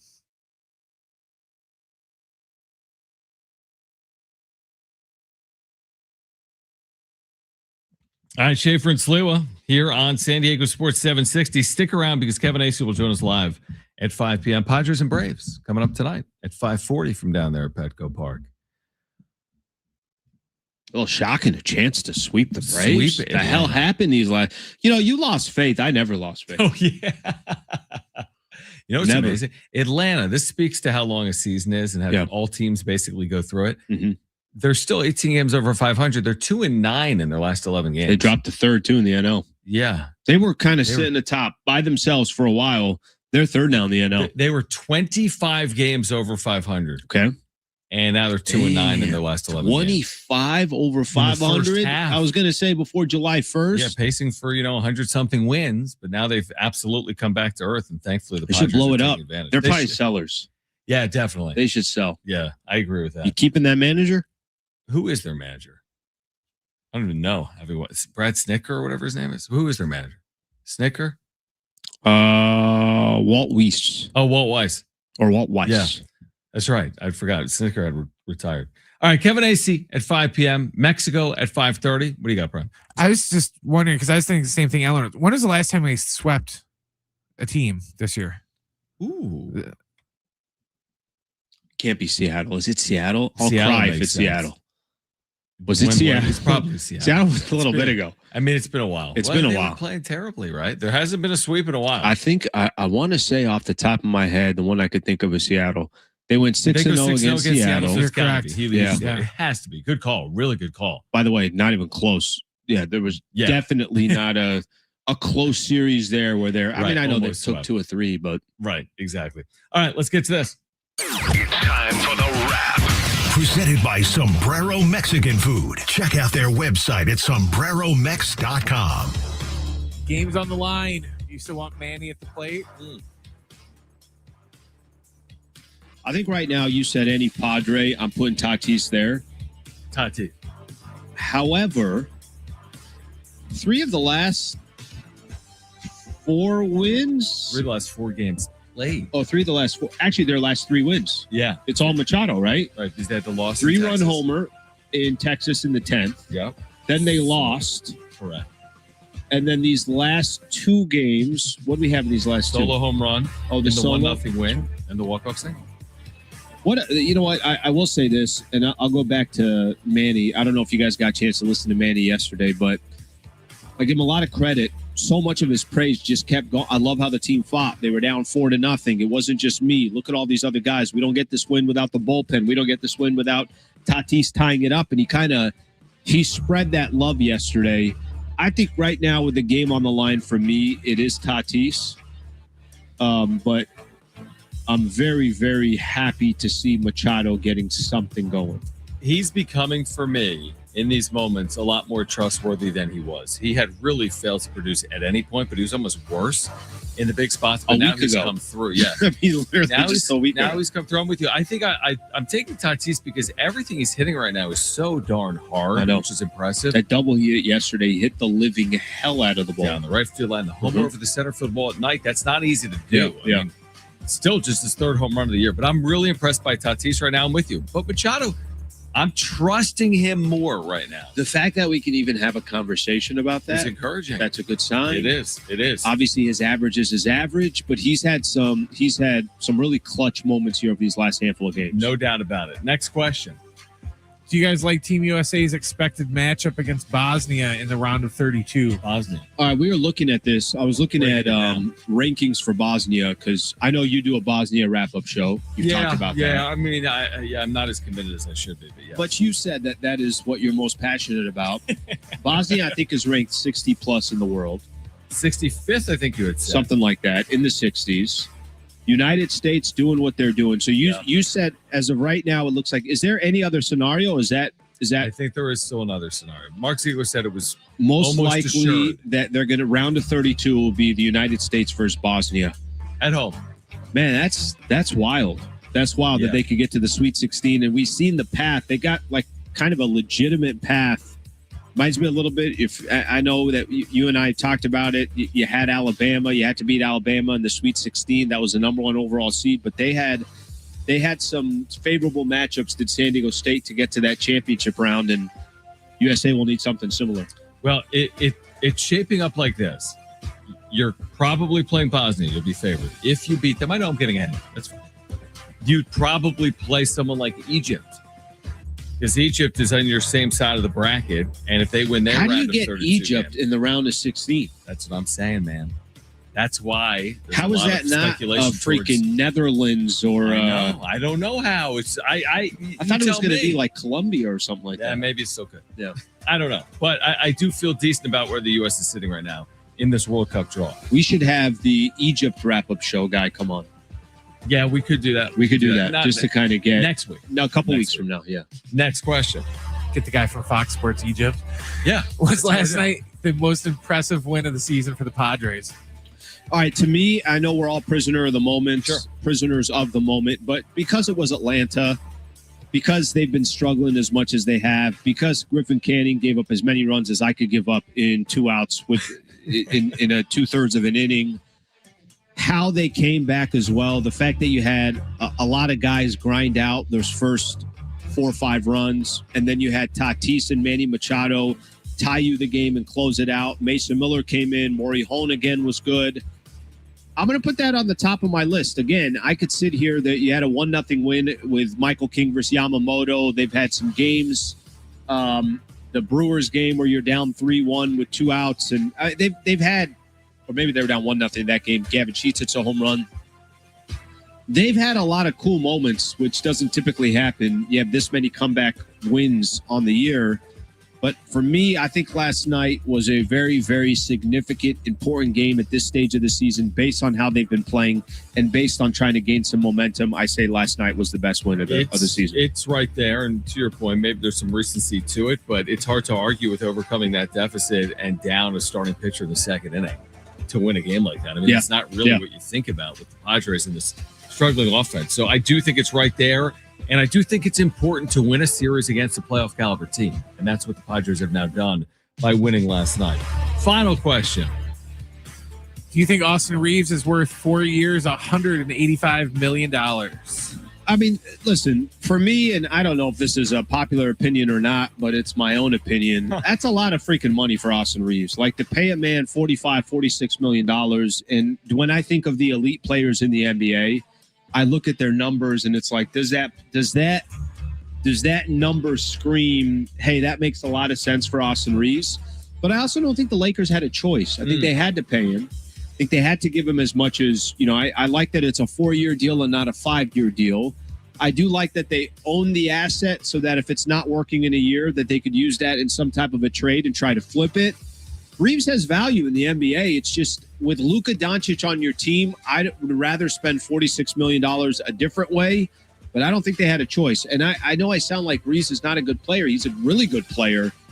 It's just tough to kind of swallow that one. I still am under the belief that for the Lakers to reach their ceiling, the team has to be built around Luka Doncic solely. And that's going to take the tough decisions and the unconventionalism. That's not a word. It might take the hard conversation with a LeBron James in there as well. I just think you're kind of past time to put all your eggs in building around him. Maybe this is the. Do you think he's the right piece for that? Well, the interesting point that Brad Turner has made and you have made is that there's not a lot of offerings in free agency that can immediately benefit a team like the Lakers. As in the best free agents are on their team. So it's hard to go outside and find a solution to your problem, so to speak. So I get it, but I'm not in love with it. Again, if the goal is to win at the highest level soon with Luka, are you closer to that today than you were yesterday? I will say this. It kind of goes a little bit to the pressure there. Luka wanted Reeves back. So okay. Yeah. Well, there's a I good think reason. the fact that he That's a did, good reason. that says something. And again, just you can't lose an asset. You can't let an asset just walk away. That's fair. That is fair. And there was going to be teams that were putting a little bit of pressure on the Lakers for Austin Reeves. Right. No, that makes sense. I mean, obviously he's going to leave. I mean, he would have gotten a lot of money elsewhere. Here's my question that I'll throw out there. I got Luka Doncic on my team. And if you said you got $46 million to play with a year, what kind of player are you going to go after? Austin Reeves would be really far down my list. Well, I mean, that's my point. Yeah. I mean, correct me if I'm wrong. I mean, you're going to have some elite defense with a player like Luka. Got to have a good center. You're going to have a really good center. Exactly. Got to have wing 3-and-D players. Well, Windhorst said on SportsCenter like an hour ago that the Lakers are going to be in trouble because he said there's a literal big man arms race going on in the West now. Interesting. Because San Antonio went and got more big men last night in the draft. So did OKC. That's Mara is 7'4". Yep. And they have another 7-footer that got hurt this year that didn't play. So he said OKC that has another 7-footer? Yeah. So everyone in the West is getting all these 7-foot giants, and here the Lakers are with DeAndre Ayton. Yeah. You know, it's funny too. If you do think of, I saw something, somebody put out a tweet yesterday. I thought it was just fascinating. That pick that the Thunder had yesterday. I don't know, but I'm pretty sure it finalized the Paul George. Oh, did it? Shea Gilgeous. There could be one more left for all I know. Gosh. But they put the Oklahoma City Thunder trade on the screen. Paul George and here's what they get in return. And it was Shea, Jalen, this guy, that guy, all these draft picks that are on there. It's just because now all these draft picks are now they've been selected. I mean, they have a title already. It's a ridiculous trade. It's one of the most lopsided trades, obviously, in the history of sports. And at the time, it made sense. And at the time, you had to do it. And there was the pressure of Kawhi Leonard saying, "You want me to come? Go get you Paul George as well." But the last one laughing, of course, is Oklahoma City. Yes, Mara was the last pick that was involved in that deal. Yep. That is insane. All right, let's hear from Craig Stammen again one more time. His expectations for JP Sears tonight. He has commented on that pregame. You're going to hear from Craig Stammen on the other side. Then Kevin Acee will join us coming up at 5 p.m. We're here until 5:30. Mexico pre-match coverage gets underway then on San Diego Sports 760. Stay with us. Here we're live on the iHeartRadio app.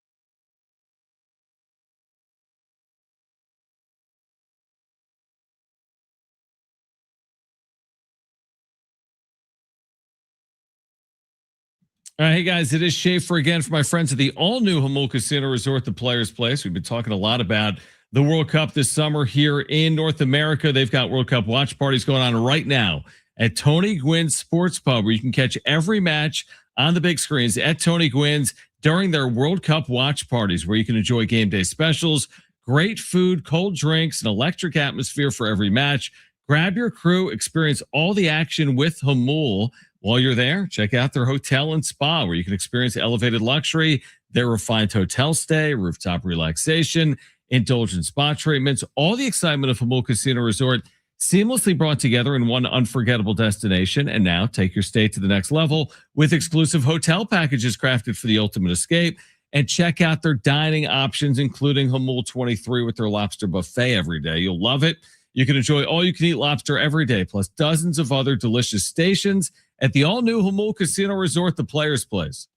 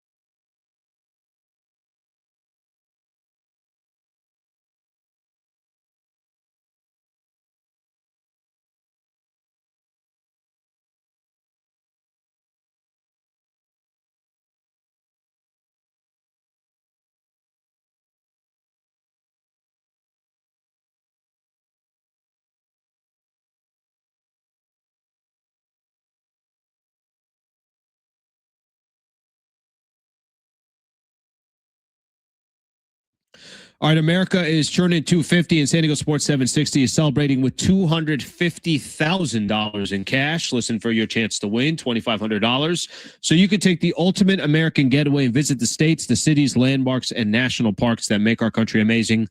Win your share of $250,000. Just listen for the keyword, then enter to sportssd.com. Your next chance to win is coming up after 5 p.m. on San Diego Sports 760. A couple of things. Kevin Acey will join us live at 5 p.m. More on the Padres winning the series, expectations for JP Sears, etc.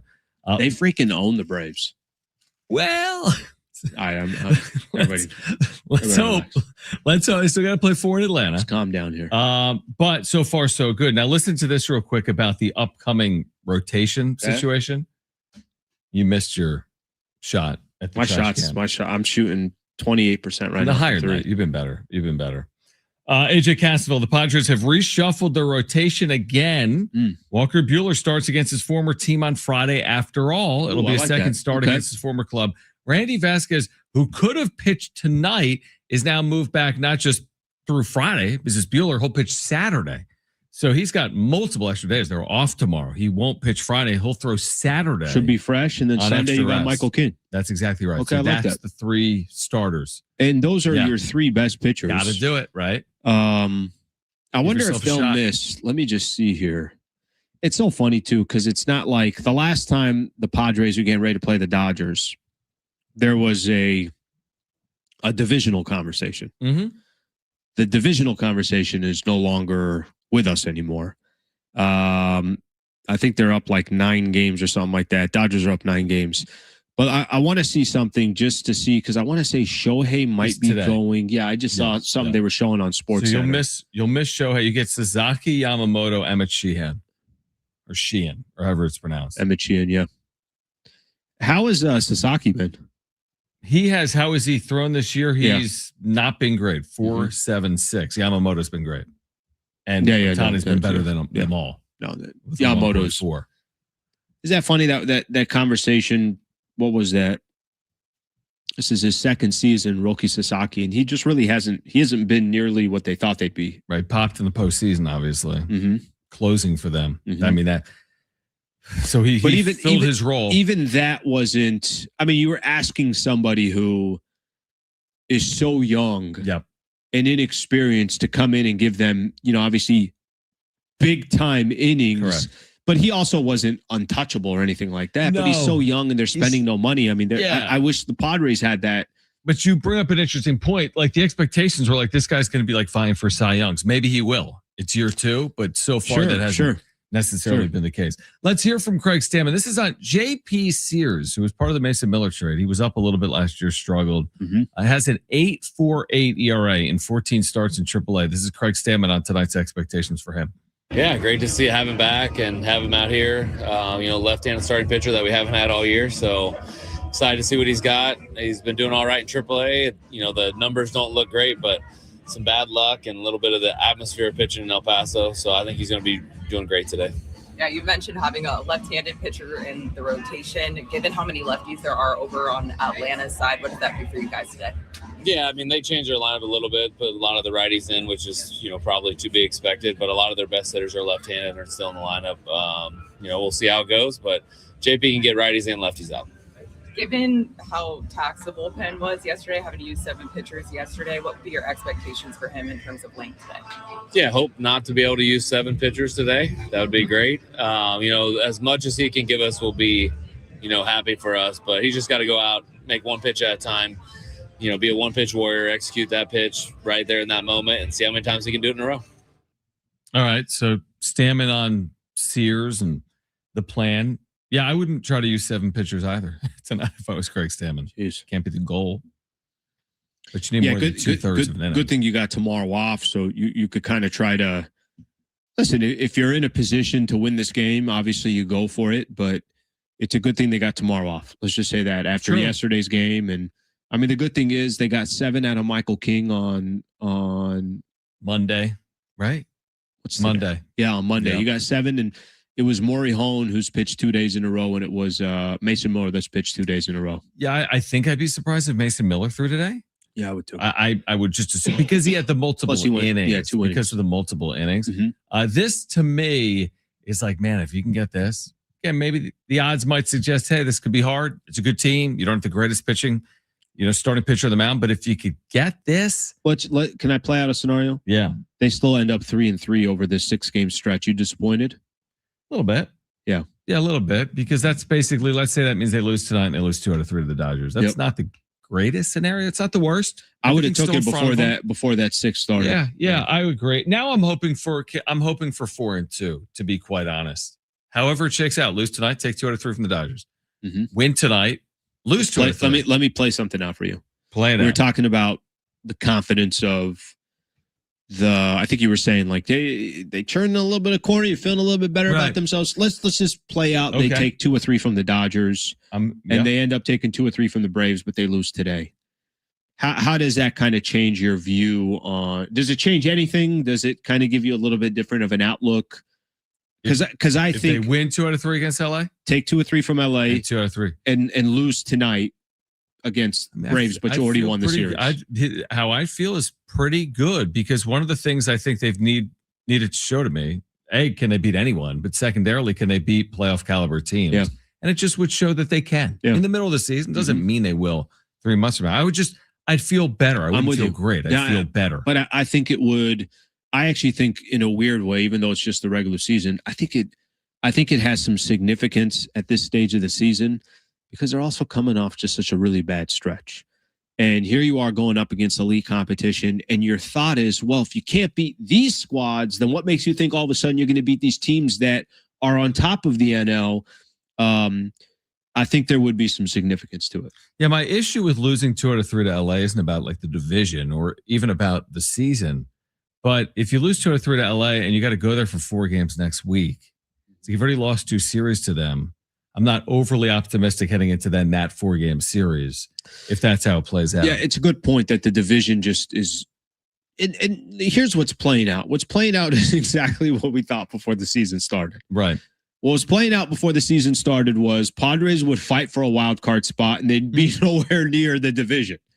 And you know what? As we sit here Kinda what's today, happened. that's kind of what's happened. Yeah, I mean, 9 games. Like, well, let's go through the exercise. They take 2 out of 3 from the Dodgers. Okay. Great. We'll take that. It's great. It's a series win against LA. You move up 1 game. Just in that, all things equal, you go from 9 out to 8 out.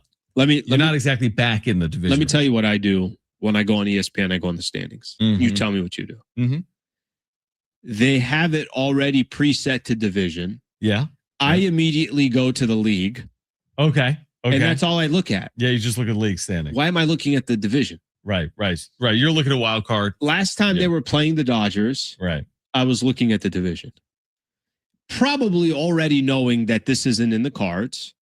Yeah. And I always just look at the league. I just want to know where I they like are it. from a wild card perspective. So there's a lot of times that I have no idea what the top is doing, because I'm just looking to see, did St. Louis, did Philadelphia, Cubs. Yeah. what did they do? Did Arizona? It's a good point. So Kevin AC on the other side with more on JP Sears starting tonight. The Padres winning the series against Atlanta and getting ready for the LA Dodgers coming to Petco this weekend here in San Diego. Kevin AC, our Padres insider, joining us live next on Schaefer and Sliwa, San Diego Sports 760. We're live on the iHeartRadio app.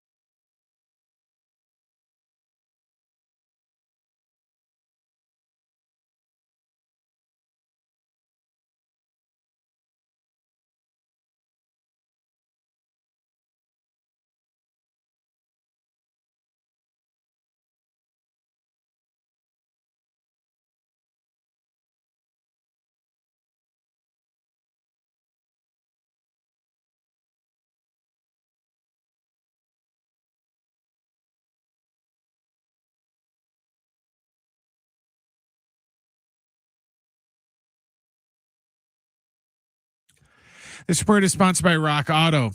The Padres and Braves are getting set for game 3 of their series down at Petco Park. It's going to be Martin Perez going for Atlanta and JP Sears on the hill for the Friars. First pitch is set for 5:40. The Lakers and Austin Reeves agreed to sign a 4-year, $185 million max extension today. And in World Cup, we've got a couple finals from earlier today. Switzerland defeated Canada 2-1. Bosnia defeated Qatar 3-1. Right now, in extra time, Morocco is beating Haiti 4-2. And Brazil is still up on Scotland 3-0. A bent tie rod can quickly bring a drive to a halt. For those parts needed to get back on the road, visit rockauto.com. Find a wide selection of quality parts at reliable low prices delivered right to your door. All the parts your car will ever need, Rock Auto.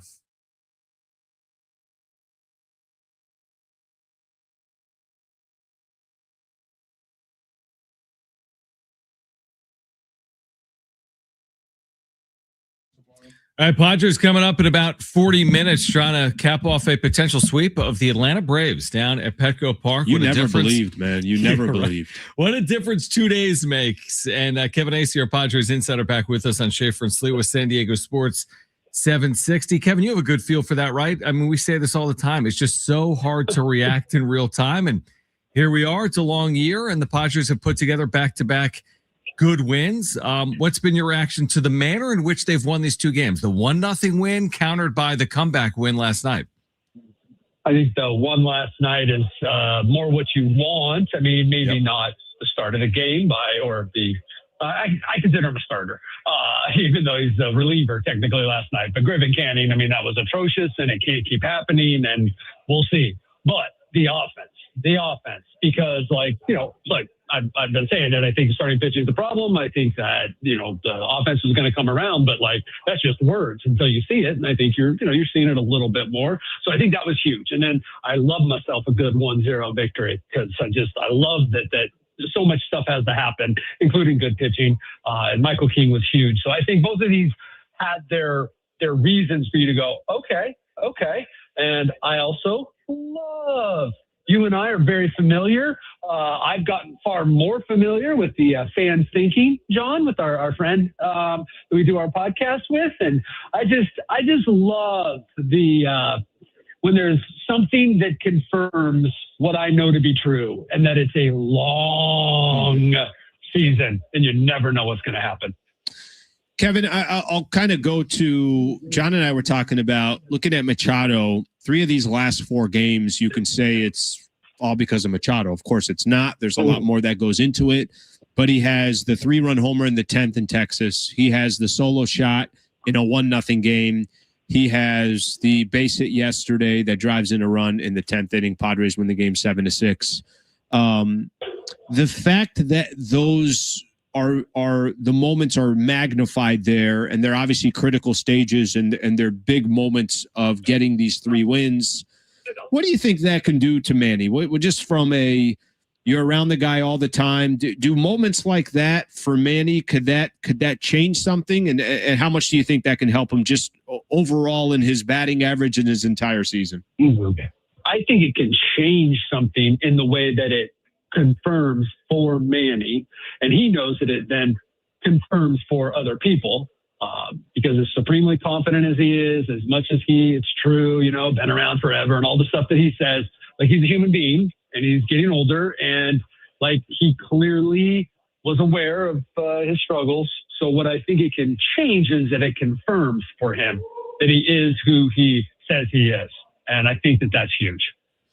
Kevin Acey is our Padres insider. It's hard to, I think it's actually unfair, and I do it all the time, but I think it's unfair to compare teams to other teams. It's well, this team reminds me of the 2024 team, or this team reminds me of the 20. I mean, they're all different. The team has turnover, but would you say one of the comparable characteristics to 2024, which I think was a far superior offense, but they had that propensity for these 4 and 5 run random innings with walks and singles and good batting average on balls in play luck. Do you sense some of that same tendency with this team that played out with that team? I think that's what's important is that they sense it, they think it, right? Like that's important. It's always most important, right? Like we can have our opinions, we can be right, we can be wrong. What's, most important, what do they believe about themselves? And I think that they believe that about themselves. Like I remember the beginning of the year and we were talking about how it was unsustainable. But these guys were talking about how, they believed, right? Okay, great. That's great. And then they went a long time and you're like, hey, how's that working out for you now? Believing you can come back. Well, it doesn't happen all the time, but here they are. All these comebacks, all these late comebacks, they believe that's what's important. And yes, there are some semblances of that. And I would take it further and say that's what makes this different than 2023, because that team was incapable of coming back from anything more than a one run. And I would argue that they were down by 1 in the 7th. You were like, all right, pretty safe to write my game story now, or turn off the TV, or whatever your involvement in the game was, you kind of knew what was going to happen if they were trailing late. Kevin, just looking to tonight's game, JP Sears obviously on the mound for the Padres, and however you want to tie this specific JP Sears and looking at Griffin Canning and some of their other starting pitching issues. What do you make of trying to throw JP Sears in the mix tonight? I know the Padres don't have too many options right now, and which is why they're doing it. Yeah.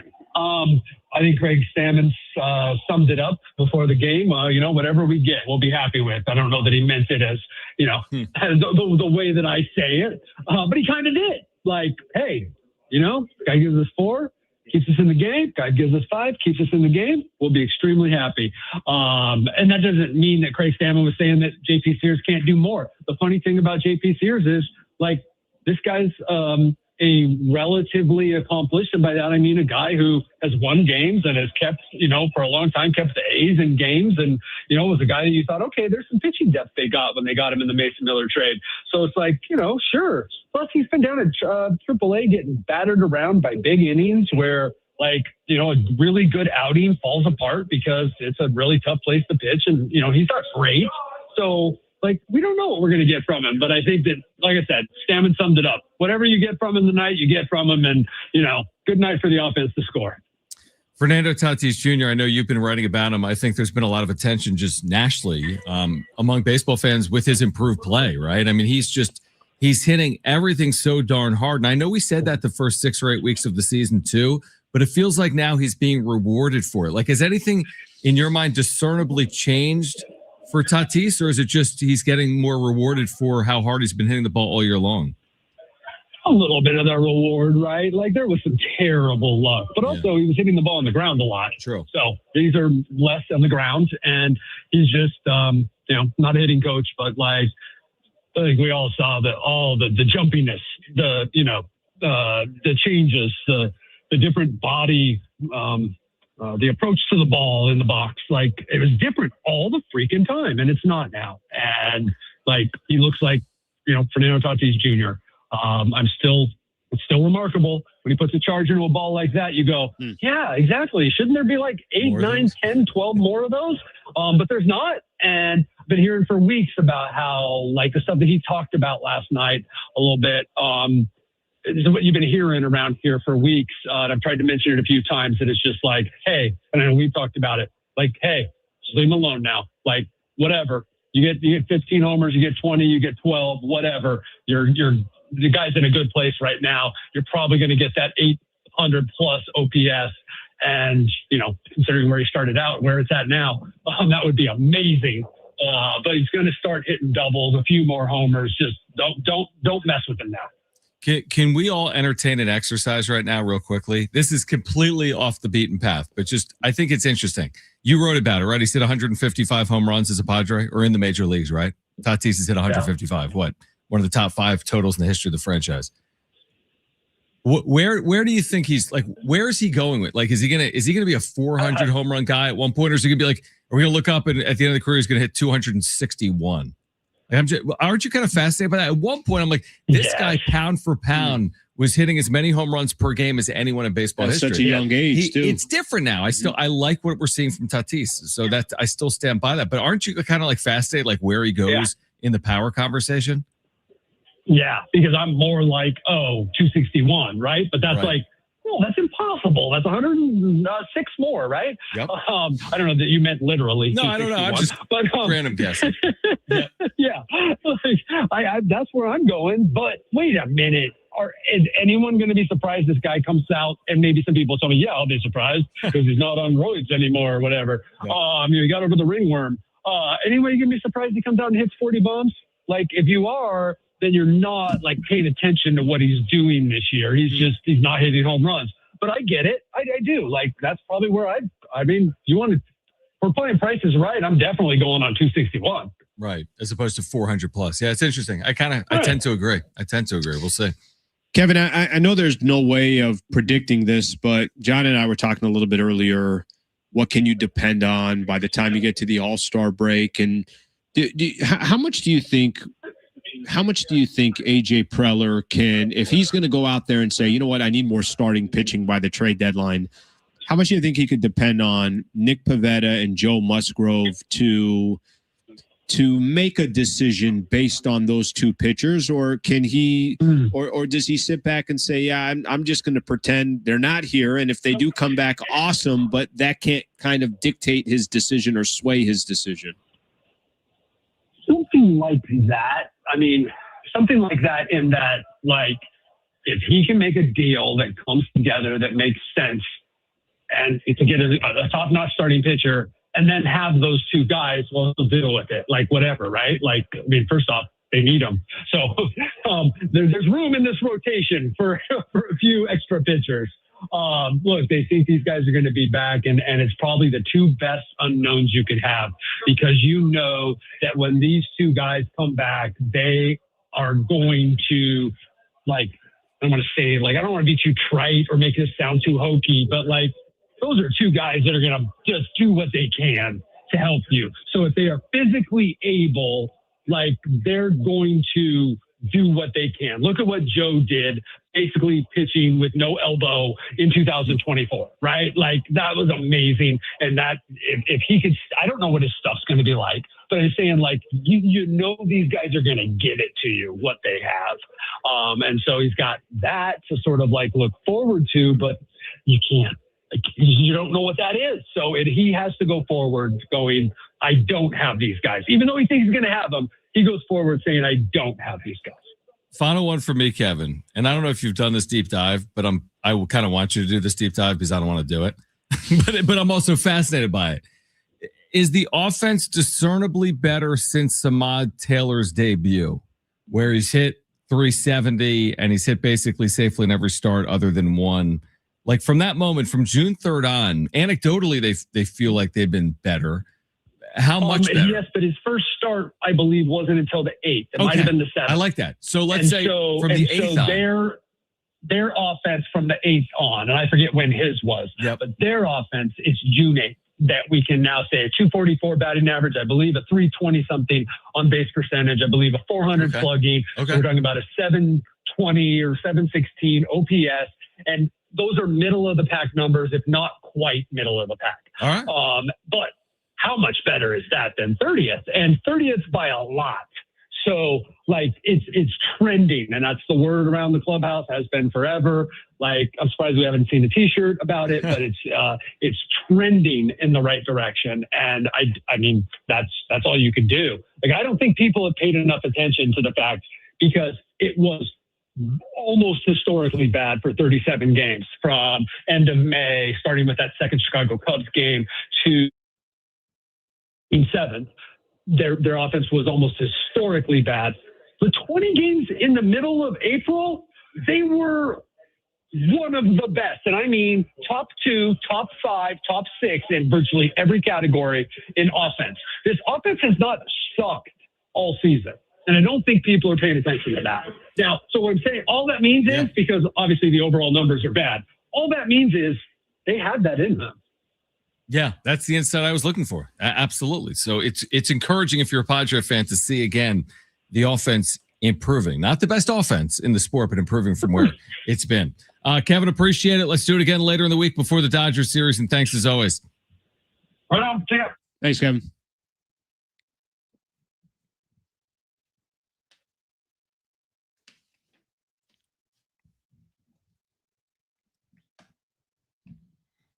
We're getting you ready for Team Mexico tonight. Team Mexico on 760. Pre-match coverage at 5:30. We're getting you ready for the Padres and the latest in terms of the U.S.'s World Cup draw in the knockout round. And you're still going to the Azteca for the round of 16?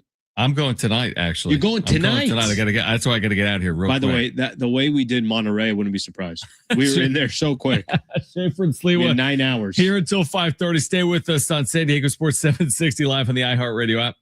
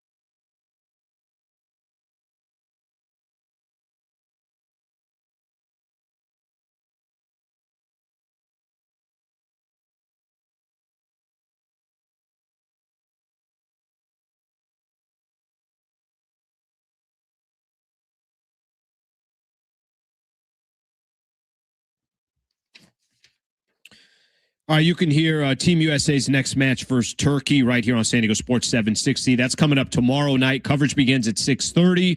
2026 World Cup coverage lives on San Diego Sports 760. This is where my head went. Mexico, by the way, pre-match coverage at 5:30. So stay with us, Team Mexico in the World Cup. This is where my head goes when Shams writes, reporting for ESPN, that the Boston Celtics are actively engaged in trade talks surrounding Jaylen Brown. Yep, pump fake. My head says, look at that you, was cash, taking your shot. That was cash in the trash can, crumpled up piece of paper. I didn't use the glass either. You're in the NBA mood. Well, that's what I'm saying. When you were doing in that, and by the way, did you see the? I did. You saw a little pump fake action. I did, but the whistle had blown. The shot does not count. But you moved a little when I did that. Like I saw you, both of your feet kind of moved a little bit. That was a flop if I ever saw one. Here's the thing. I'm just trying to draw a foul. I'm not even trying to score. When I read that Shams says the Celtics are actively engaged in trade talks around Jaylen Brown, I say you got to get people to watch the second round. Now, is that naive of me? Is Jaylen Brown really being traded over the next 2 hours and 50 minutes? Or is he saying I'm reporting live from the NBA draft that could be traded? Is he actually going to be traded?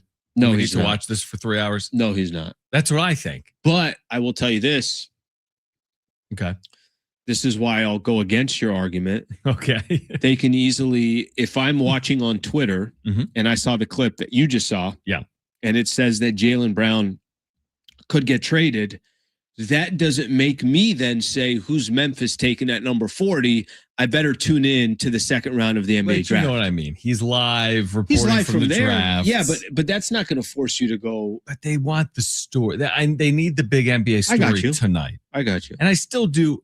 I recognize it makes sense. Give round one its own platform. Give round two a platform for these players. I do recognize that. But, I don't know if there's a ton of reasons to turn on. Are you doing this whole tonight. thing because you wanted them to crank it all out in one night? A little bit. It just feels like this second round needs a little more for me. Jolt? Yeah, a little bit, doesn't it, for you? Like, what are you watching for tonight? So you want some ideas of what they could have done here? Yeah. How about this? How about on the set was the top 2 picks of the draft yesterday? That's a really good idea. Maybe do something like that. Take a couple of these other Give me big-time names. Give me Shea and Wemby on the set together. Shea and I don't know. Or no. I like Knicks that. and Spurs. I like that. Knicks and Spurs might be better. I like that. Give me Brunson and Wemby. Give me some different. I like that. That's interesting. Listen, I've really loved consuming the NBA playoffs. Right? I kind of obsessed over it. You did. You're stressed as hell. But now that we've gotten to the second round of the NBA draft, I don't know if I've got that much of a compelling reason. I'll watch it. I love the names. I love college basketball. I love the names. No, but I think the second round, even in the NFL, you watching. I know. Other people probably are because the NFL is so big, but nobody's really, it's the draft. So tonight the Lakers have a pick. Yeah, I guess they bought a pick maybe from Chicago. You can just buy them now? How much are they? On the open market right now, I want to say they're $3,300. You can get a pick. They should have a lot of them then. By the way, they did show earlier. You think about the second round, like, does this even matter? Jokic, 41st overall, Brunson in the 50s. Oh, Draymond Green, I think, was a second rounder. Good call. Manu Ginobili was a second rounder. Some undrafted. We were just talking about this. Austin Reeves, right? How about not even? That's right. You got some undrafted players. How about this past playoff run? AJ Mitchell was number 38. Towards the Lakers. No, there's of course there's good talent in the second round. So yes, it is true. There's players that are drafted tonight that will. But we're not going to know for 5 years. I was thinking that. That's why I'm not going to be watching. Do you have a feel for Mexico? Does not need this match tonight that you're about to hear on 760. Is that correct? They're through as the top team in their group. Top team. They play in Azteca in the round of 32. They play in the Azteca in Mexico City for the round of 16 if they win. So they're pretty much set. I did see Canada a little bit earlier. They needed to just tie to stay in Vancouver. Now they play on Sunday. They're playing at SoFi in LA. So you're hosting the World Cup and you're not even playing in Canada. How angry are Canadians like you idiots? Just freaking tie. Right. On one hand, it's good that they're through because we talked about their World Cup history. It's not great. They've only been in it 3 times. Their win was their first ever win when they had that a week ago. Okay. So on one hand, you're through, but on the other hand, I'm with you.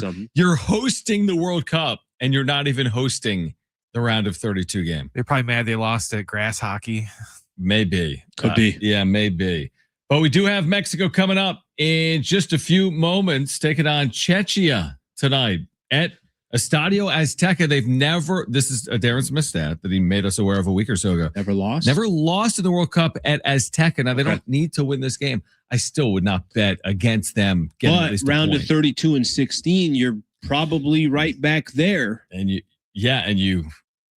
can they keep that? Can they keep that stat going through the round of 16 and make a quarterfinal? All right, we're back tomorrow afternoon, right here on San Diego Sports 760. So join us tomorrow afternoon, right here on 760. For Brent and Alan, I'm John. Keep it here. This is Schaefer and Sliwa, San Diego Sports 760, live on the iHeartRadio app. Mexico coming up next.